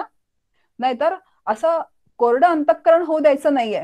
कारण माझ्या भोवती जे प्रपंच आहे, तो प्रपंचामध्येच मला राहायचं आहे. जर मी असं जाहीर केलं की तुम्ही आता माझ्या चित्तामध्ये नाहीत, तर काय होईल? मला अनुकूलता प्राप्त होणार नाही परमार्थ करायला. म्हणून साधकांनी युक्ती पण शिकून घ्यायची आहे की प्रपंचात राहायचं आहे, पण अंतःकरण मात्र त्याच्यातून अलिप्त करायचं आहे. सगळं प्रेमाने करायचं आहे, नातवंडांचं प्रेमाने करायचं, मुलांचं प्रेमाने करायचं, पण अंतःकरणाची गुंतवणूक मात्र करायची नाही. कशात करायची नाही? तर अशाश्वतामध्ये करायची नाही. गुंतवणूक करायची ती शाश्वत तत्वामध्ये गुंतवणूक करायची. आता अशाश्वतामध्ये कोणी गुंतवणूक करतं का? जर मी म्हटलं की आमच्या इथे बुदरगड सारखी बँक होती, आम्ही पैसे ठेवले होते त्याच्यामध्ये, इथे बजाज ऑटो वगैरे जेव्हा व्हीआरएस घेतल्या लोकांनी, तेव्हा त्या पतपेढीत पैसे ठेवले आणि ती पतपेढी बुडाली, सगळे पैसे बुडाले. आता असं मला कळल्यानंतर सुद्धा मी पतपेढीत पैसे ठेवेन का? अजिबात ठेवणार नाही. मी चांगली नॅशनलाइज बँक बघेन आणि पैसे ठेवेन. आता व्यवहारात हा नियम लागू होतो की आपण अगदी व्यवस्थित तिथे माझी गुंतवणूक होईल, माझं व्याज त्याला मला व्यवस्थित मिळेल, बुडणार, बँक बुडणार नाही, हे सगळं बघून जेव्हा आपण तिथे पैसे ठेवतो. पण इथे मात्र काय करतो तर आपण अशाश्वतामध्ये गुंतवणूक करतो. आणि जेव्हा जोपर्यंत संत सांगत नाहीत, आपल्याला श्रीगुरु सांगत नाहीत, तोपर्यंत आपल्याला हे लक्षात देखील येत नाही की आपलं जो प्रपंच अशाश्वत आहे, त्याची माझी गुंतवणूक चाललेली आहे, तिथून मला शाश्वत सुखाची कधीही प्राप्ती होणार नाहीये. आणि मग सुखाने सुखी आणि दुःखाने दुःखी होत राहतो आणि मग रडत रडत जीवन जातं आणि आला तैसा गेला. म्हणून एक लक्षात ठेवायचं की अशाश्वतामध्ये गुंतवणूक करायची नाही, शाश्वतामध्ये गुंतवणूक करायची. दिवसभर प्रपंचातली कामं करता करता अनुसंधान ठेवायचं, ते नामाचं ठेवायचं, कारण तो राम एक शाश्वत आहे. म्हणून चिंतून ठेवी आत्मज्ञान रोकडे. म्हणून हे प्रपंच करत असतानाच हे सगळं आत्मज्ञान काय करायचं आहे तर सगळं बरोबर चिंतून ठेवायचं, त्याचं चिंतन करून ठेवायचं आहे. घरात आपल्याला माहितीये की प्रपंच हा सगळा सांभाळावा लागतो. परमार्थ सुद्धा काय असतो तर साधक म्हणून वैयक्तिकरित्या माझा असेल, पण घरात आपण एक घटक असतो कुटुंबातला, तेव्हा प्रपंचातले जे सगळे लोक असतात त्यांना सुद्धा उपासनेला बसवावं, कारण उपासनेचं एक छत्र आपल्या घरावरती असतं. उपासनेचा आश्रयो समर्थ म्हणतात. म्हणून घरातली मुलं सुद्धा मग आपोआप उपासना करत, ही आपली जबाबदारी आहे की नाही गृहस्थाश्रमामध्ये. माझं कर्तव्य आहे की पुढच्या पिढीला वळण लावणं. म्हणून आपलं कर्तव्य पार पाडत असताना सगळ्या गोष्टींमधलं आपलं कर्तव्य पार पाडत असताना ते पाडल्यानंतर होणारे बदल शांतपणे स्वीकारायचे आहेत आपल्याला. अजिबात तिथे मग खळबळ अजिबात नाही. उत्तम कर्तव्य पार पाडणं, निष्काम कर्म करणं, परतफेडीची अपेक्षा अजिबात नको. नंतर आता कसं असतं, मी मुलांना वाढवते आणि मला असं वाटतं की मुलांनी पुढे मला सांभाळावं, का तर आम्ही पण हाडाची काढं केली, रक्ताचं पाणी केलं, आता मुलांनी आम्हाला सांभाळायला नको का, साहजिकच आहे. पण हे बघा, गृहस्थाश्रमामध्ये ते माझं कर्तव्य होतं मुलांना वाढवणं. आता मुलांनी मला सांभाळणं हे त्यांच्या कर्तव्याचा भाग आहे. पण मी त्यांच्या बाजूने जेव्हा विचार करते आणि तो भाग जेव्हा पार पाडला जात नाही तेव्हा माझ्या वाट्याला दुःख येतं. माझं कर्तव्य मी उत्तम रीतीने पार पाडलेलं आहे, त्यांनी सांभाळलं रामकृष्ण हरी, नाही सांभाळलं रामकृष्ण हरी. अशी अंतःकरणाची समस्थिती जर असेल तर अंतःकरण अतिशय शांत राहतं. म्हणून प्रपंच करत असताना ह्या सगळे विचार जे आहेत ते चिंतून ठेवी आत्मज्ञानी, चिंतून ठेवी रोकडे, असं आपल्याला माऊली म्हणतात. म्हणून सकाम उपासना करू नये, कारण प्रारब्धापेक्षा कधीही आपल्याला जास्त मिळत नाही. उलट देवापासून काय होतं तर मी लांबत जाते. म्हणून सतत भोग भोगत राहणं हा गृहस्थाश्रमाचा मूळचाच हेतू नाही आहे. प्रपंच करावा नेटका मग घ्यावे परमार्थ विवेका, म्हणजे प्रपंच नेटका करता करता भोगांचा त्याग करत राहणं. बघा, सद्गुरु शिष्याला उपदेश करतात, आपण बघितलं आता की तू गृहस्थाश्रम स्वीकार आणि वंशवेल खंडू देऊ नकोस, म्हणजे प्रजा निर्माण कर. म्हणजे गृहस्थाश्रमामध्ये सुद्धा थोडासा काम भगवंतांनी ठेवून दिलेला आहे भोग भोगण्यासाठी, पण तो सतत तसाच राहणं हा काय आहे तर अपेक्षित नाहीये. म्हणून गृहस्थाश्रमात आपलं कर्तव्य उत्तम पार पाडत असताना भोगासक्ती कमी करत राहणं आणि हळूहळू आपली वाटचाल पुढच्या आश्रमाकडे करत राहणं हे गृहस्थाश्रमात काय आहे तर आपलं कर्तव्य आहे, जबाबदारी आहे. तिसरा आश्रम आपल्या समोर ठेवलेला आहे वानप्रस्थाश्रम. पूर्वी वयाच्या 50-55 नंतर संसाराचा व्याप मुलांवर सोपवायचा आणि वनात जायचं. भागवतात उल्लेख आहे, आपल्याला माहितीये की कुंती पांडव हे वनात गेले. यामागचा उद्देश असा होता की संसारातली आसक्ती सुटावी, व्रतस्थ जीवन जगून साधना करता यावी, उत्तर आयुष्याचा सर्व वेळ जो आहे तो भगवत चिंतनासाठी जावा. आता सध्याच्या स्थितीत आपण घर सोडून जाऊ शकतो का? वानप्रस्थाश्रम जर आपण वनात गेलो आता नाही जाऊ शकत. जसं मी आता मगाशी म्हटलं तसं की आता दुसरा आश्रम सुरू होतो आपला. नातवंडांना सांभाळावं लागतं, कारण सुना नोकरी करणाऱ्या असतात, मुलं नोकरी करणारी असतात, मग आता ती पण जबाबदारी असते. मग आता घरातच वानप्रस्थ वृत्तीने राहणं हा माझा वानप्रस्थाश्रम आहे. कसं? वाजवीपेक्षा मुलांच्या संसारामध्ये लुडबुड करू नये. डॉक्टर अका खूप छान सांगतात की मुखक्षेप करू नये, हस्तक्षेप करू नये. जर वाजवीपेक्षा मुखक्षेप केला, हस्तक्षेप केला तर लत्ताक्षेप होण्याची शक्यता असते. म्हणून जर विचारलं तरच सल्ला द्यावा, विचारलं तरच व्यवस्थित, मुलांनी विचारलं सन्मानपूर्वक तरच सल्ला द्यावा, नाहीतर अजिबात फुकटचा सल्ला द्यायला जाऊ नये. हे सगळे विचार जे आहेत ना छान. बघा, अजून एक छान विचार आहे. माझ्या मुलाचं लग्न ठरत नव्हतं, मग आता अनुरूप मध्ये नाव नोंदवलं, अजून 2-4 ठिकाणी नाव नोंदवलं. रोज ती फाईल बघायचे की कुठली मुलगी पसंत पडते का. असं करून करून 100 मुली बघितल्या आणि एकदाची मुलगी पसंत पडली. लग्न जमलं म्हटल्यावर आनंद झाला. हॉल बुक केला, पत्रिका वाटल्या, सगळ्या नातेवाईकांना बोलावलं, जोरदार लग्न झालं. आता लग्न झालं, सुनबाई घरामध्ये आली आणि आल्यानंतर आता दुसऱ्या दिवशी एकदमच भाषा बदलली. 25 वर्ष माझा होता आणि एका रात्रीत तिचा झाला. आता कोणी करवून दिला? तूच करवून दिला, मग तक्रार कशाला करायची?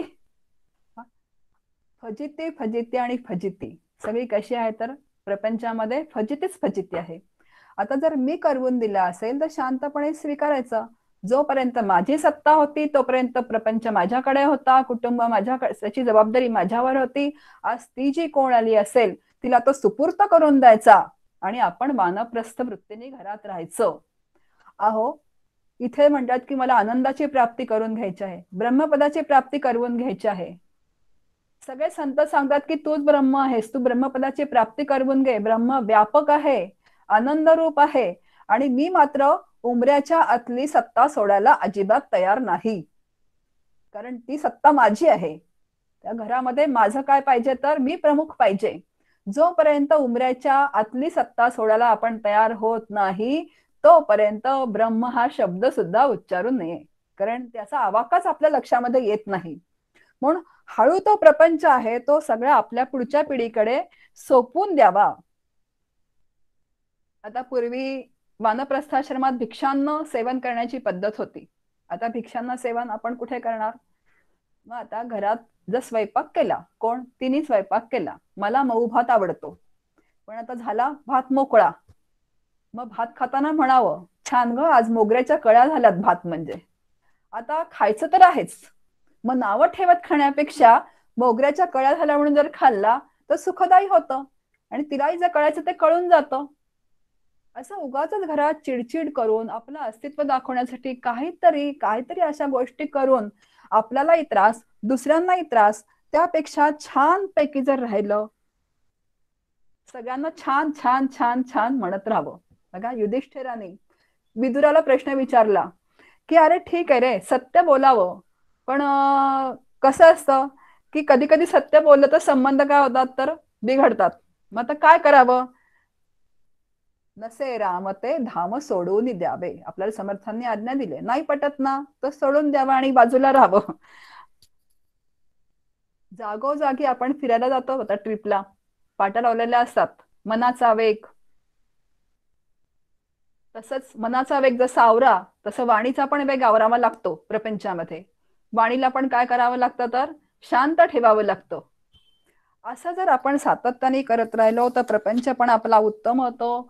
वानप्रस्थ वृत्ती म्हणजे अंतःकरण जे आहे ते शांत ठेवून ह्या सगळ्या गोष्टी प्रपंचामध्ये होतात. पण हे कधी होतं? जर माझं ध्येय ठरलेलं असेल तर मला वानप्रस्थ वृत्तीने घरामध्ये राहता येतं. पण तसं ध्येय जर माझं ठरलेलं नसेल तर चिडचिड, वादविवाद ठरलेले आहे. म्हणून चिंतून ठेवी आत्मज्ञान रोकडे. चौथा आश्रम आहे आपल्या समोर, संन्यास आश्रम. प्रत्यक्ष संन्यास घेणारे खूप कमी असतात. संन्यासाचा अर्थ षडन्यास, म्हणजे ज्यांनी त्याग केलेला आहे अनावश्यक गोष्टींचा त्याला संन्यास असं म्हणतात. आणि भगवत प्राप्ती हेच फक्त ध्येय आहे. आता कलियुगात एवढी सगळी बंधनं जी पाळणं आहे संन्यास आश्रमामधली ती अतिशय कठीण आहे. पण आपल्यासाठी दोन गोष्टी सांगितलेल्या आहेत संतांनी, वस्तुत्याग आणि संगत त्याग. संगत त्याग, संन्यास आश्रम जो असतो त्याच्यामध्ये वस्तुत्याग होतो आणि दोन्ही त्याग व्हावे लागतात. संन्यास आश्रमात वस्तुत्याग पण व्हावा लागतो आणि संगत त्याग पण व्हावा लागतो. आता मग गृहस्थाश्रमात राहूनच आपण प्रापंचिक सगळे गृहस्थाश्रमात राहूनच संन्यस्त वृत्ती अंगात जर बांधली तर संगत त्याग होतो. वस्तू त्याग करायची अजिबात आवश्यकता राहत नाही. माऊलींची एक सुंदर ओवी आहे, मी आणि माझी आठवण विसरले जयाचे अंतःकरण, तोची संन्याशी जाण निरंतर. ज्याच्या अंतःकरणामध्ये मी माझं हे संपूर्णपणे गेलेलं आहे तोच कोण आहे तर घरात राहून तो संन्याशीच आहे. बघा एक डॉक्टर काका अजून एक खूप छान उदाहरण देतात. घरामध्ये एकांत मिळेना म्हणून मी हिमालयामध्ये गेलो. कारण असं ऐकलेलं होतं की हिमालयामध्ये ध्यानाला बसतात, कोणी तप करतात आणि घरातली माणसं नकोत, काही नको, आपलं हिमालयात गेलं की जरा छान असतं, एकांत मिळतो म्हणून हिमालयामध्ये गेलो. आता घर सोडून हिमालयामध्ये गेलो पण राहायला काहीतरी पाहिजे, कारण घरात राहायची सवय, असं उघड्यावर राहायची सवय नाही. मग एक गुहा शोधली, त्या गुहेमध्ये वास्तव्याला राहिलो. अशी लांबलचक गुहा होती आता घरातली सवय, एक 2-3 दिवस झाल्यानंतर म्हटलं की खूपच मोठी गुहा आहे, आता आपण काय करूयात, या गुहेचे 3 भाग केले, एक किचन केलं, एक हॉल केलं आणि एक बेडरूम केलं. आता छान 15 दिवस त्या गुहेमध्ये मी माझं बस्तान बसवलं, असं डॉक्टर राका सांगतायत आपल्याला, की छान माझं बस्तान बसलं. आता तिथे अजून एक गृहस्थ आले, ते म्हणतात की तुमच्या गुहेत मी येऊ का? आता मी पण म्हटलं त्यांना, हो माझ्या गुहेत तुम्ही या. बघा आता काय झालं, किती मार्मिक याच्यामध्ये विचार आहे बघा. मी पण म्हटलं की माझ्या गुहेत तुम्ही या. आता काय झालं, इकडे माझं घर, तिकडे माझी गुहा. म्हणजे शेवटी काय आहे तर मी माझं अजिबातच सुटलेलं नाहीये. मग तुम्ही वस्तू त्याग करून साधलं काय? त्यापेक्षा घरामध्ये राहून जर संगत त्याग केला, वस्तू त्याग न करता, तर घरामध्ये आयता चहा मिळतोय सकाळी पहाटे, पत्नी करून देते आहे, जेवण मिळत आहे, नामस्मरणाला वेळ मिळतो आहे, सगळ्या गोष्टी होत आहेत, मग कशाला वस्तू त्याग करायचा? तर संगत त्याग करायचा म्हणजे अंतःकरणातून फक्त सगळ्यांचा संग, म्हणजे माझे अंतःकरण जे सगळ्यांमध्ये लिप्त आहे ते फक्त त्या अंतःकरणाची गुंतवणूक सगळ्यांमधून काढून घ्यायची. म्हणून 2 त्याग सांगितलेले आहेत, संगत त्याग आणि वस्तू त्याग. तर वस्तू त्याग अपेक्षित नाही, तर संगत त्याग अपेक्षित आहे. आता तो पुरुष कसा आहे, असंगोयम पुरुष हा भगवद्गीता म्हणते, तो पुरुष असंग आहे. तर असंग पुरुषाचा मला अनुभव घ्यायचा आहे. पुरुष म्हणजे ब्रह्म, पुरुष म्हणजे कृष्ण, सगुणात कृष्ण आहे तर निर्गुणात ब्रह्म आहे, आत्मा आहे. मग कारण तो आनंद रूप आहे आणि आनंद हे आपलं ध्येय आहे. असे सगळी एकामागे एक छान अशी काय तर गाडी आहे. मग आता त्या आनंदाचा मला अनुभव घ्यायचा आहे. मग ह्या सगळ्यांपासून मला अलिप्त राहायचं आहे. तो कशातही गुंतत नाही, तो कशामध्ये लिप्त राहत नाही, तो अलिप्त आहे. आणि अशी अलिप्त राहण्याची कला साधकांनी शिकून घ्यायची, ती वापरायची, आणि ह्याला साधना असं म्हणतात.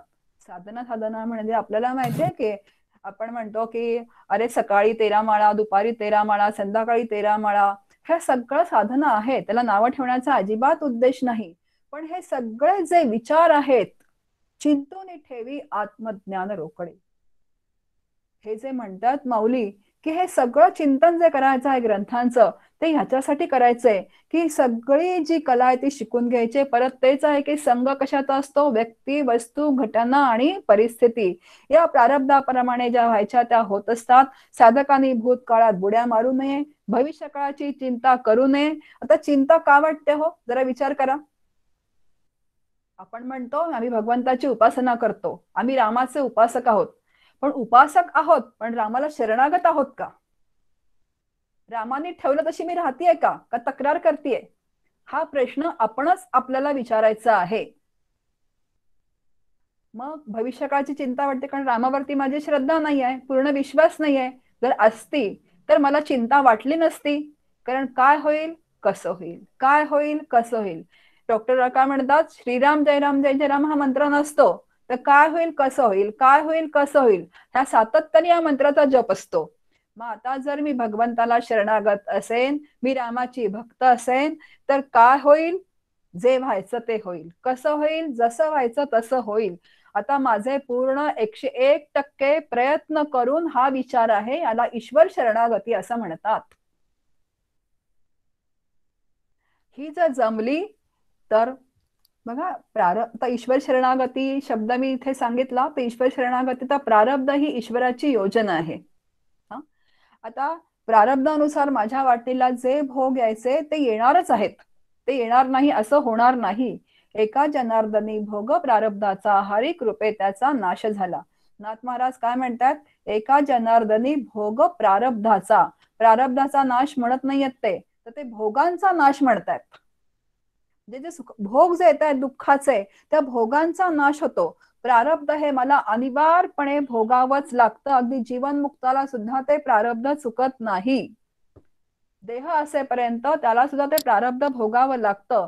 पण पूर्वी सुखाचं प्रारब्ध आलं की मी सुखी जे होणं होत होतं, दुःखाचं प्रारब्ध आले की जे दुःखी होणं होत होतं. ते आता मी सुखाने सुखी होत नाही, दुःखाने दुःखी होत नाही, अशी समस्थिती अंतःकरणाची झालेली असल्यामुळे मग मला सुख दुःखे समे कृत्वा लाभा लाभो जया जयू हा भगवद्गीतेमधला श्लोक लक्षात येतो. नाही तर असं काय म्हणतात भगवंत की सुखाने सुखी होऊ नका आणि दुःखाने दुःखी होऊ नका. आता सुखाने सुखाचा तरंग उमटणारच आहे.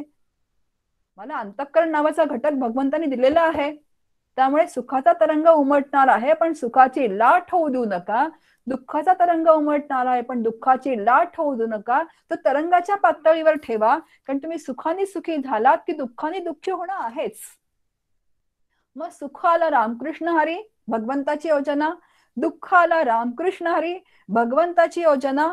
असा जेव्हा शास्त्रशुद्ध आपण विचार करतो, भगवंताचं नाम घेतो, मग जेव्हा मी त्या रामाचं नाम घेते, त्या रामाची व्यवस्था जेव्हा मला मान्य असते, तेव्हा मी त्याला शरणागत असते. म्हणून बघा, नाम आहे, त्याचं तत्वज्ञान आहे आणि त्याचं ध्यान आहे. म्हणून नाम, ध्यान, तत्वज्ञान या तीनही गोष्टी आपल्या बरोबरीने चालल्या पाहिजेत. मुखाने नाम घ्यायचं आहे, त्या ध्यानाला बसायचं आहे, आणि तत्वज्ञान म्हणजे ते विचार वापरायचे आहेत. जेव्हा आपण दिवसभर ते विचार वापरतो संतांचे आणि मुखाने नाम घेतो आणि जेव्हा ध्यानाला बसतो, तेव्हा कुठेतरी अंतःकरण वृत्ती आपली थोडी शांत व्हायला मदत होते. नाही तर दिवसभर अस्ताव्यस्त विचार, उपद्व्यापी विचार असतात, तेव्हा अंतःकरणात नुसता गोंधळ माजलेला असतो. आणि असं जेव्हा ध्यानाला बसतो तेव्हा सगळी विस्कटलेली मनस्थिती असते. अजिबात सूक्ष्म देह जाऊ देत, पण स्थूल देह सुद्धा ध्यानाला बसू शकत नाही अशा वेळेला. त्यामुळे साधकाला हे बंधन आहे की नाम, ध्यान, तत्वज्ञान. नामानी अंतःकरणातले जे वाईट विचार आहेत ते पाप जळत राहतात, तत्वज्ञान वापरत राहायचं आणि ध्यानाला बसत राहायचं. ही साधकाची साधना आहे. म्हणून परमार्थ ही अंतरंग साधना आहे. 2 साधना आहेत बघा, अंतरंग आणि बहिरंग. आता बहिरंग साधना आपल्या सगळ्यांना माहिती आहे, उपास तापास आहे, प्रदक्षिणा घालणं आहे, कुळधर्म, कुळाचार हे सगळ्यांना करायला आवडतं, ते करावं सुद्धा, काहीच प्रश्न नाही. पण अंतरंग साधना जी मी आता सांगितली ती अंतरंग साधना करावी. श्रवण, मनन, निदिध्यासन. श्रवण, मनन, निदिध्यासे पावीचे समाधान. श्रवण होतं, त्याप्रमाणे मनन होतं, त्याप्रमाणे निदिध्यासन होतं, आणि मग अंतःकरणाचे समाधान म्हणजे सम्यक आधान, अंतःकरणाचं समाधान होतं. जिथे समाधान आहे तिथे शांती आहे, शांती आहे तिथे तृप्ती आहे, तृप्ती आहे तिथे निर्भयता आहे, निर्भयता आहे तिथे आनंद आहे. आपली गाडी कुठे आली परत तर आनंदापर्यंतच. म्हणून प्रपंचात राहूनच परमार्थ करावा असे आपल्याला सगळे संत सांगतात. प्रपंच सोडून परमार्थ करावा असं कोणीही सांगत नाहीये. वेगळी सामुग्री काही लागत नाही. लागत असेल तर फक्त विचारांची सामुग्री लागते. म्हणतात तुकोबा म्हणतात, काही सांडावे लागत नाही, काही मांडावे लागत नाही. म्हणून परमार्थ म्हणजे कुठल्याही प्रसंगात चित्ताची प्रसन्नता बिघडू देऊ नये. म्हणजे समाधान, तृप्ती, आनंद, निर्भयता अंतःकरणात राहते. बघा, 3 योगांच्या माध्यमातून परमार्थ सिद्ध होतो. एक ज्ञानयोग आहे, भक्ती योग आहे आणि अष्टांग योग आहे. आता ज्ञानयोग जो आहे त्याच्यामध्ये साधक साधन चतुष्टय संपन्न लागतो. जो शमदमांचा विचार झाला, शमदम, श्रद्धा, उपरम, समाधान, तितिक्षा. नंतर भक्ती योगामध्ये अंतःकरण अतिशय प्रेमयुक्त लागतं. म्हणजे अंतःकरण अत्यंत प्रेमाने ओथंबलेलं पाहिजे, समर्पित भावना पाहिजे. तू मन हे मीची करी, माझी या भजनी, प्रेमधरी सर्वत्र नमस्कारी मज एकाते. हा भक्ती योग आहे. तर अष्टांग योग जो आहे तो यमनियमांचा आहे. यम आणि नियम सांगितलेले आहेत अष्टांग योगाच्या माध्यमातून. आता हे 3ही जरी योग असले तरी ह्याच्यामध्ये सदाचरण हा मुख्य भाग आहे. म्हणजे सत्च आचरण. एक सदाचरण म्हणजे चांगलं आचरण, आणि त्याच्यामध्ये सत नावाचा धातू आहे. सत्च आचरण म्हणजे जे मला परब्रह्माकडे नेतं, जे मला शुद्ध ब्रह्माकडे नेतं, तसं जे आचरण करणं आहे त्याला सदाचरण असं म्हटलेलं आहे. त्याच्यामध्ये यम नियम आलेले आहेत. यमामध्ये अहिंसा, सत्य, अस्तेय, ब्रह्मचर्य, अपरिग्रह, आणि नियमामध्ये शौच, संतोष, स्वाध्याय आणि तप हे आलेले आहेत आपल्या समोर. आता अहिंसेची व्याख्या खूप छान केलेली आहे माऊलींनी. जगाच्या सुखद देशे, शरीर वाचा मानसे, रहाटणे ते अहिंसे रूप जाणं. कुणाच्याही मनाला न दुखवणं हेच अहिंसेचं रूप आहे. सत्य, सत्य जे आहे ते सत्य भाषण, सत्य त्रिकालाबाधित असतं. जेव्हा मी सत्य बोलते, सत्य वागते, तेव्हा मला जे त्रिकालाबाधित सत्य आहे तिकडचा मार्ग मला सुकर होतो. म्हणजे सत्याचरण ज्याला म्हणतात. अस्तेय म्हणजे कोणाचंही कधी न लुबाडणं, धन चोरी न करणं, मनात सुद्धा तो विचार येऊ न देणं. चोरी न करणं तर खूप लांब राहिलं, पण मनात सुद्धा तो विचार येऊ न देणं. ब्रह्मचर्य आहे तर इंद्रिय निग्रह आहे, इंद्रियांना संयमित ठेवणं. तो विचार आपण केला आता त्याच्यामध्ये. आता दुसरं आहे की इंद्रिय संयमित ठेवणं म्हणजे मनाने डोळ्याने सुद्धा सात्विक आहार घेणं. म्हणजे दृश्य रजोगुणी न पाहणं, टीव्ही सिरियल्स न बघणं. हे साधकाचं काय तर सत्वगुण वाढता राहतो जर रजोगुणी दृश्य बघितली नाहीत तर.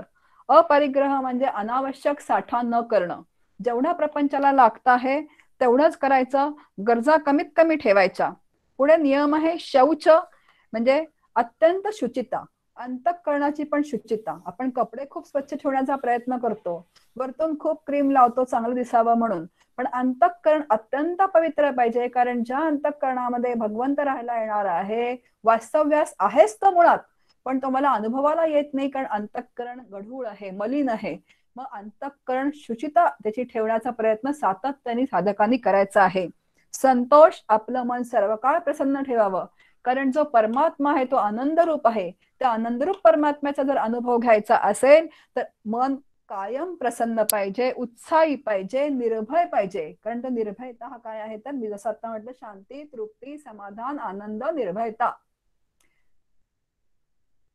नंतर स्वाध्याय, नियमितपणे स्वाध्याय करणं. हे साधकाला काय आहे तर अगदी कंपल्सरी आहे की स्वाध्याय लागतोच. त्याच्याशिवाय श्रवण, मनन आणि चिंतन. आणि तप म्हणजे स्वतःला तापवणं. आता याच्यासाठी देहाला तापवणं हा भाग आहेच, पण मनाच्या विरुद्ध अनेक गोष्टी करणं हा तुम्हाला शमदमामध्ये हा विचार येऊन गेलेला आहे. आणि ईश्वर प्रणिधान, जे मी आता म्हटलं की ईश्वरावर संपूर्ण विश्वास, म्हणजे सगळं हे ईश्वराचं आहे, माझं काहीही नाही. आता माझ्या वाट्याला जर काही असेल तर फक्त कर्तव्याचा भाग आहे. ईश्वराने जे माझ्या वाट्याला प्रपंच दिलेला आहे त्या प्रपंचामध्ये त्याचं अनुसंधान ठेवून माझं कर्तव्य 101% पूर्ण प्रयत्नानिशी पार पाडणं एवढंच माझ्या हातात असतं. याच्या व्यतिरिक्त माझ्या हातात काहीही नसतं. तरी सुद्धा मी मला कर्ता समजते, मला भोगता समजते आणि दुःख माझ्यावरती मी ओढवून घेते. आणि जेव्हा मी हे सगळं ईश्वराचं आहे असं समजते तेव्हा त्याला ईश्वर शरणागती किंवा इथे ईश्वर प्रणिधान असं इथे म्हटलेलं आहे. म्हणून हा सगळा जो परमार्थ आहे तो संपूर्ण विचारांचा आहे. त्याला मनाचा आणि बुद्धीचा वेळ लागतो, त्याला देहाचा वेळ अजिबात लागत नाही. म्हणून आपल्या समोर अभंग आहे, तुझे रूप चित्ती राहो, मुखी तुझे नाम, देह प्रपंचाचा दास, सुखे करो काम. सर्कशीचा ताल माहितीये आपल्याला, सर्कशीमध्ये त्या कसरती करतात की नाही, तर तालवाद्य वाचल्याशिवाय त्या कसरती चालू होत नाहीत. अगदी त्याचप्रमाणे या प्रपंचामध्ये अंतःकरणामध्ये नामाचा ताल सातत्याने चालू राहिला पाहिजे. आणि त्या नामाच्या तालावरती कधी जोकर करावा लागेल मला, म्हणजे कधी विनोद करावे लागतील, कधी कुणाला एखादा आपण म्हणतो ना कधी रागवावं लागेल, कधी कुणाला एखाद्या मुलाला शिस्त लावण्यासाठी एखादी थप्पड मारावी लागेल, काही बोलावं लागेल कुणाशी. ह्या सगळ्या प्रपंचातल्या कसरती ज्या आहेत त्या नामाच्या तालावरती चालू राहिल्या तर माझा प्रपंचही होतो आणि माझा परमार्थ सुद्धा अतिशय उत्तम होतो आणि प्रपंच पण माझा अतिशय उत्तम होतो. बघा, आपण उपक्रम केला होता प्रवचनाचा की आनंद, आणि उपसंहार पण असाच आहे की हे जे आनंद आहे, हे आनंद हे माझा मूळचं स्वरूप आहे आणि या प्रपंचात राहूनच मला त्या आनंदाची प्राप्ती करवून घ्यायची, माझा परमार्थ सिद्ध करायचा आहे जो सगळ्या संतांनी सिद्ध करवून घेतला. आणि आपल्याला असं वाटतं की संतांना प्राप्त झाला हो, पण मला कधी प्राप्त होईल. आता ज्या अर्थी संतांनी हे ग्रंथ लिहिलेले आहेत, संतांना त्याची अनुभूती आलेली आहे, त्या अर्थी मला त्या ग्रंथांचा उपयोग असला पाहिजे. तर कशाला ग्रंथ लिहिले असते संतांनी. मग त्या ग्रंथांचा अभ्यास करून त्यांच्यासारखी स्थिती मला प्राप्त होत असली पाहिजे, म्हणून तेवढे सगळे विचार आपल्या समोर मांडून ठेवलेले आहेत. आणि तो अनुभव संतांना आलेला होता आणि तो अनुभव आपल्याला यावा म्हणून संतांनी हे सगळे विचार सांगितलेले आहेत. तुकोबा म्हणतात की दुःख औषधासी न भेटे, आम्हाला दुःख औषधाला पासून भेटत नाही हो. सुख आलं तरी रामकृष्ण हरी म्हणतायत, दुःख आलं तरी रामकृष्ण हरी म्हणतायत. इतकं समान जीवन त्यांचं झालेलं आहे. आणि म्हणून आनंद असे डोही, आनंद तरंग असा अभंग त्यांच्या मुखातून बाहेर पडतो. असं जे आनंद रूप जीवन आहे ते तुमच्या, आमच्या, माझ्या सकट सगळ्यांच्या वाट्याला यावं अशी संत चरणी, श्री गुरूंच्या चरणी प्रार्थना करूयात आणि इथेच थांबूयात. जय जय रघुवीर समर्थ.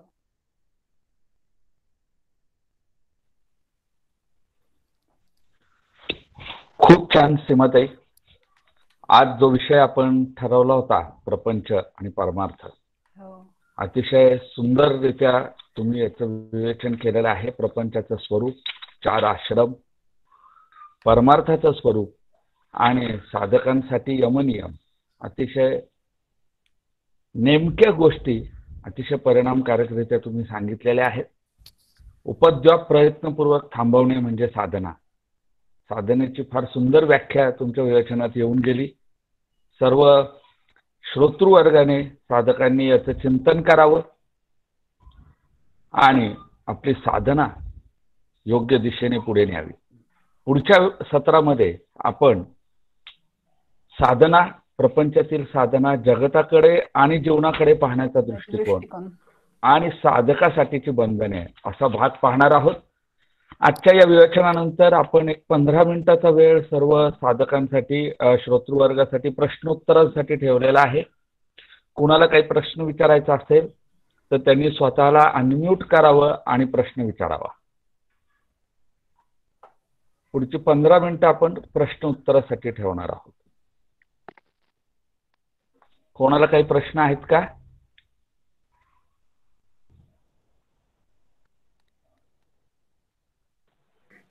निधिध्यासन म्हणजे काय?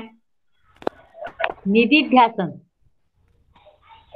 हॅलो, काय? हा, निधिध्यासन म्हणजे काय? प्रत्यक्ष आचरणात आणणं. जे आपण श्रवण करतो त्याचं मनन झालं पाहिजे, म्हणजे चिंतन झालं पाहिजे आणि ते विचार प्रत्यक्ष आपण आपल्या जीवनात वापरणं, याला निधिध्यासन असं म्हटलेलं आहे. धन्यवाद.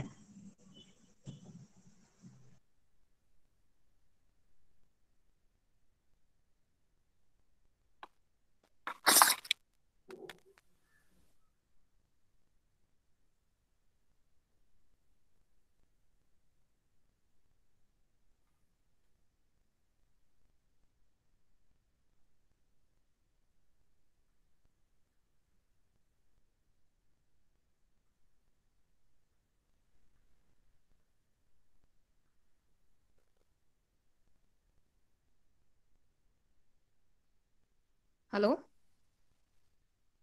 हा, हॅलो. ताई, आवाज येतोय माझा? हो, येतोय येतोय. मी अमृता बर्वे बोलतीये. मगाशी तुमच्या बोलण्यामध्ये एक गोष्ट आली की परोक्ष ज्ञानाशिवाय अपरोक्ष अनुभूती नाही. हो. तर मला थोडं परोक्ष ज्ञान हे कॉन्सेप्ट थोडी कन्फ्युजन माझ्यामध्ये क्रिएट होते.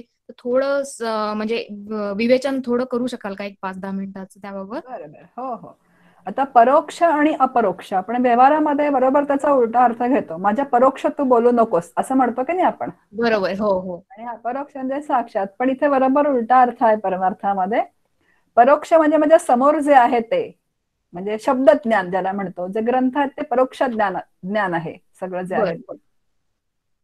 आणि अपरोक्ष म्हणजे साक्षात जो अनुभव येतो, ब्रह्मानुभव, त्याला अपरोक्ष अनुभव असं म्हटलेलं आहे. ओके, माझं तिथेच कन्फ्युजन झालं, परोक्ष ज्ञान आणि ते. बरोबर. ते बरोबर व्यवहारात आणि परमार्थामध्ये वेगळे वेगळे अर्थ आहेत. म्हणजे धन्यवाद ताई.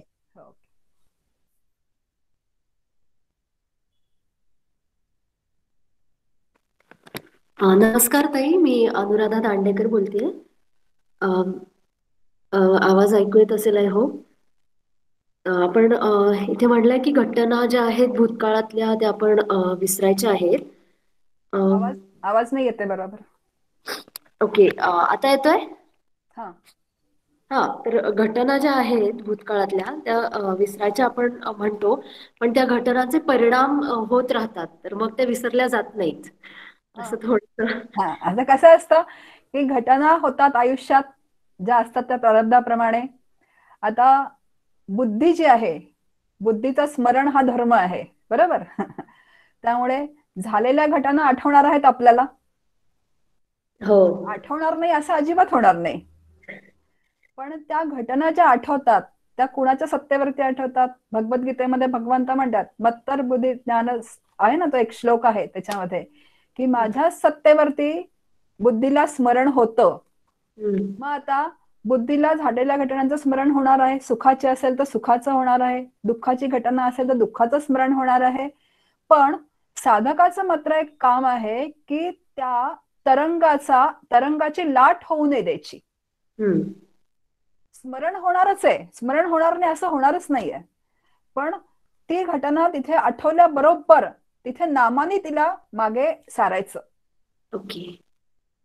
तुम्ही विचार वापरा, नाम घ्या, काही घ्या, साधन जे असेल तुमचं, की आता ही घटना जी आहे ती होऊन गेलेली आहे, तिचा मला आता अजिबात उपयोग नाही आहे, माझा वेळ त्याला मी खर्च करणार नाही आहे, कारण मला तो वेळ वापरायचा आहे.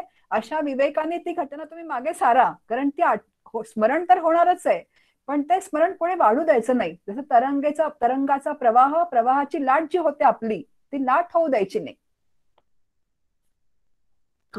धन्यवाद.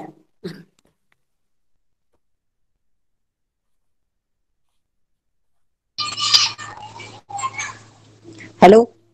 हा हॅलो. काही आवाज येतो? येतोय. हा, मी संजीवनी जोशी बोलतेय.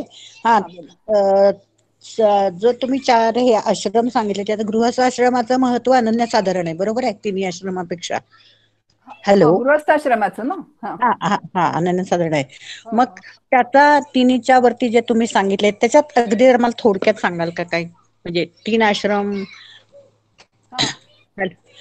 म्हणजे गृहस्थाश्रमाचं अनन्यसाधारण महत्व आहे असं आपण म्हणालात, हे मलाही पटतं, ठीक आहे. परंतु मग ते 3 बाकीचे 3 आश्रम आहेत त्याचा बॅलन्स वगैरे या दृष्टीनं शास्त्रात थोडंसं काय सांगितले ते जरा सांगाल काय? मी सांगितलंच ना, ब्रह्मचर्य आश्रम पूर्वी जसा होता तसा आता राहिलेला नाहीये. मग आता पालकांनी संस्कार करावे, त्यांना शिबिरांना घालावं, ब्रह्मचर्य व्रत पालन करायला शिकवावं त्यांना. असं आता सगळं कालमानानुसार हे सगळं बदलतं झालेलं आहे ना, म्हणजे सगळं स्वरूप त्याचं बदलतंय. म्हणजे पण गृहस्थाश्रम हा बराच त्याचा पिरियड मोठा असल्यामुळे स्पॅन, त्याच्यामध्ये शेवटी आपणच आपल्याला मर्यादा घालून, आता ब्रह्मचर्याश्रमात पण गृहस्थाश्रमांचंच म्हणजे पालकांचंच कर्तव्य आहे की मुलांना व्यवस्थित वळण लावणं, त्यांना जाणीव करून देणं, सामाजिक जाणीव असेल, कुठल्याही जाणीवा ज्या असतील त्या सामाजिक जाणीवा मुलांना करून देणे गृहस्थाचंच काम आहे गृहस्थाश्रमातल्या. नंतर संन्यस्त वृत्ती बाळगणं, वानप्रस्थाश्रमाकडे वाटचाल आणि मग संन्यस्त वृत्ती. आता संन्यासाश्रम आपण स्वीकारू शकतो का? आमच्या चिंचवडमध्ये एक जण आहे, त्यांनी चिन्मय मिशनचा संन्यास घेतला. सगळेजण घेऊ शकतात का संन्यास? नाही घेऊ शकत. नाही घेऊ शकत, नाही, कारण जबाबदाऱ्या असतात. आणि तेवढं वैराग्य लागतं. जर तिकडे जाऊन परत येऊन फजिती होण्यापेक्षा आपल्या घरात राहून संन्यस्त वृत्तीने आपण राहू शकतो ना. संतांनी सगळ्या युक्त्या सांगून ठेवलेल्या आहेत, शास्त्राने सांगून ठेवलेल्या आहेत. आता माऊलींची चोवी मी आपल्याला सांगितली, मी आणि माझी आठवण विसरले जयाचे अंतःकरण. जो मी माझी आठवण विसरतो तो संन्यासी आहे अर्जुना. त्याला वेगळा संन्यास घ्यायची आवश्यकता नाहीये.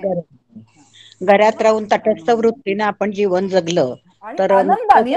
म्हणून मी पुढचं सांगितलं, कोरडेपणाने नाही, तोंड वाकडी करून नाही, रडत खडत नाही, प्रपंच सुखे करावा, प्रपंच सुखाने करून अंतःकरण तुमचं अलिप्त ठेवा. ती एक कला आहे, परमार्थ ही कला आहे. काका म्हणतात की सगळ्या कला लोक शिकतात पण परमार्थाची कला शिकत नाहीत. आणि मग सगळीकडे फजिती होऊन जाते. मग पारमार्थिक माणूस असा उदासीन असावा, सगळ्यांपेक्षा वेगळा असावा असं काही नाहीये. तो आनंदी पण असतो, प्रपंचात पण दिसतो आणि सगळ्यांपासून अलिप्त पण असतो.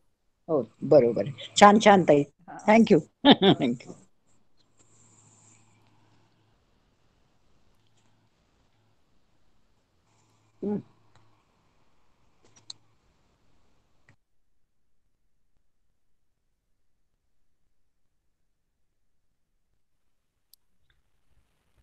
आणखी कोणाला काही प्रश्न आहेत?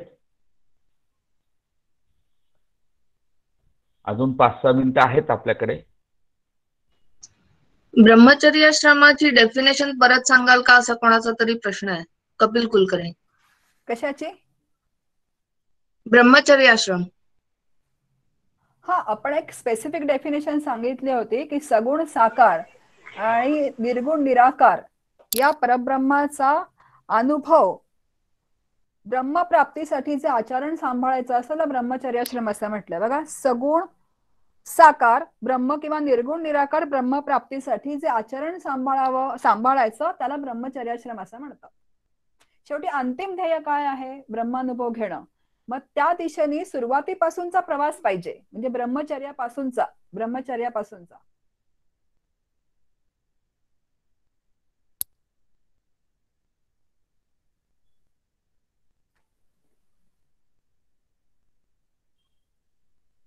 आता आपण त्याच्यामध्ये भाग पाडले की ब्रह्मचर्याश्रम म्हणजे 8-12 वर्षापर्यंतच्या मुलांना कसं एक आचरण सांभाळायला लावावं, त्या दिशेने कसे प्रयत्न करावेत सदाचरण सांभाळण्यासाठी, शिस्त लागण्यासाठी.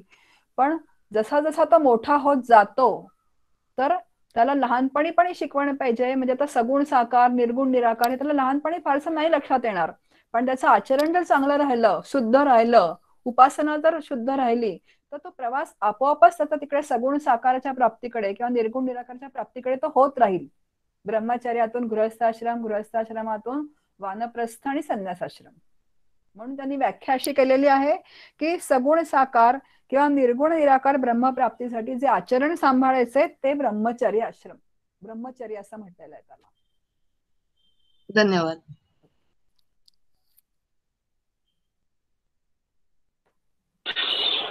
नमस्कार ताई. Hello hello. हा नमस्कार. हा नमस्कार. मी म्हंटल की आता या काळामध्ये वानप्रस्थाश्रम हा किती वर्षापासून साधारणपर्यंत चालू करायला पाहिजे? म्हणजे कारण आजकाल नोकरी 60 वर्षापर्यंत असते. नाही असं काही नाही. पूर्वी तर असं सांगितलं होतं की अपत्य झाल्यानंतर त्यांची जबाबदारी पार पाडल्यानंतर वानप्रस्थ वृत्ती बाळगावी, पण आता तसं होतं का? नाही होत. म्हणून मी म्हटलं की सेकंड प्रपंच चालू होते आता तर सगळ्यांना. तेच तर साधारण 50 गावांपासून वानप्रस्थ चालू व्हायला पाहिजे असं आहे ना? ठीक आहे ना, काळाची गरज आहे.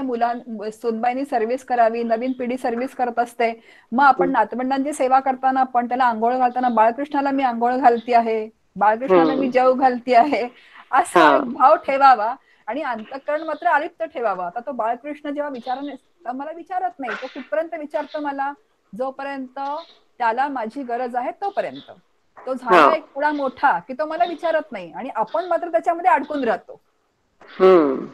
हे जे आहे ना, माझी गरज जोपर्यंत आहे तोपर्यंत त्याचं सगळं करायचं, पण त्याच्याकडून माझी गरज संपली की वाईट वाटून घ्यायचं नाही. इतकं अलिप्तपण आलं पाहिजे. अलिप्तपण मज दे रे राम, जे आपण भगवंताकडे मागणं मागतो ना, ते हे अलिप्तपण आहे. आणि आपण काय होतो की आपण अपेक्षा करतो, अरे मी ह्याचं इतकं केलं आणि त्यांनी मला विचारावं, तिथे मग गडबड आहे सगळी. सोडून देणं जे म्हणतो ना, सोडून देणं जमलं पाहिजे आणि अलिप्त राहायला शिकलं पाहिजे. ठीक आहे, धन्यवाद. जय श्रीराम. मी बाळासाहेब पाटील बोलतो कोल्हापूरहून. बोला बोला. एकूण छान प्रवचन झालं. बाकी माझी शंका काय नव्हती, पण एकूण सर्व छान झालं असं मला सांगायचं होतं. बरं बरं, धन्यवाद. ओके, जय श्रीराम.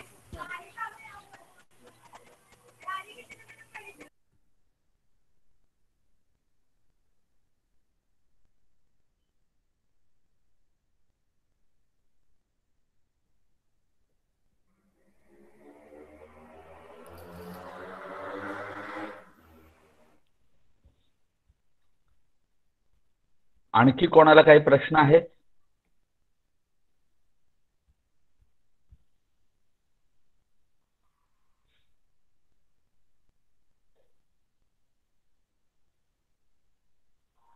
यानंतर कोणाला जर काही प्रश्न असतील तर त्यांनी आपला व्हॉट्सअप समूह जो आहे साधना विचार अभ्यास वर्गाचा, तो काही वेळ खुला असणार आहे सगळ्यांसाठी. आपल्याला येणारे प्रश्न, नंतर सुचणारे प्रश्न आपण व्हॉट्सअपवर विचारू शकता. आपल्या सर्व प्रश्नांची एकत्रित लिस्ट करून, यादी करून त्याला ऑडिओ क्लिपच्या माध्यमातून सीमाताई उत्तर देतील नंतर. आपण ती पण व्यवस्था या अभ्यास समूहावर केलेली आहे. त्यामुळे प्रश्नोत्तराची वेळ पण आपली संपत आलेली आहे. यानंतर ज्यांना काही प्रश्न विचारायचे असतील त्यांनी व्हॉट्सअपच्या माध्यमातून प्रश्न विचारावेत. त्याचं उत्तर व्हॉट्सअपच्या माध्यमातून देण्यात येईल. आपला पुढचा वर्ग 20 डिसेंबरला होईल. सीमाताईच मार्गदर्शन करणार आहे आणि पुढच्या सत्रामध्ये आपल्याला साधना, जगताकडे आणि जीवनाकडे पाहण्याचा दृष्टिकोन आणि साधकासाठी असणारी बंधने या विषयावर सीमाताई मार्गदर्शन करतील. आजचं सत्र इथेच संपलं असं सांगतो. इथेच थांबूयात. जय जय रघुवीर समर्थ. जय रघुवीर समर्थ. हो कल्याण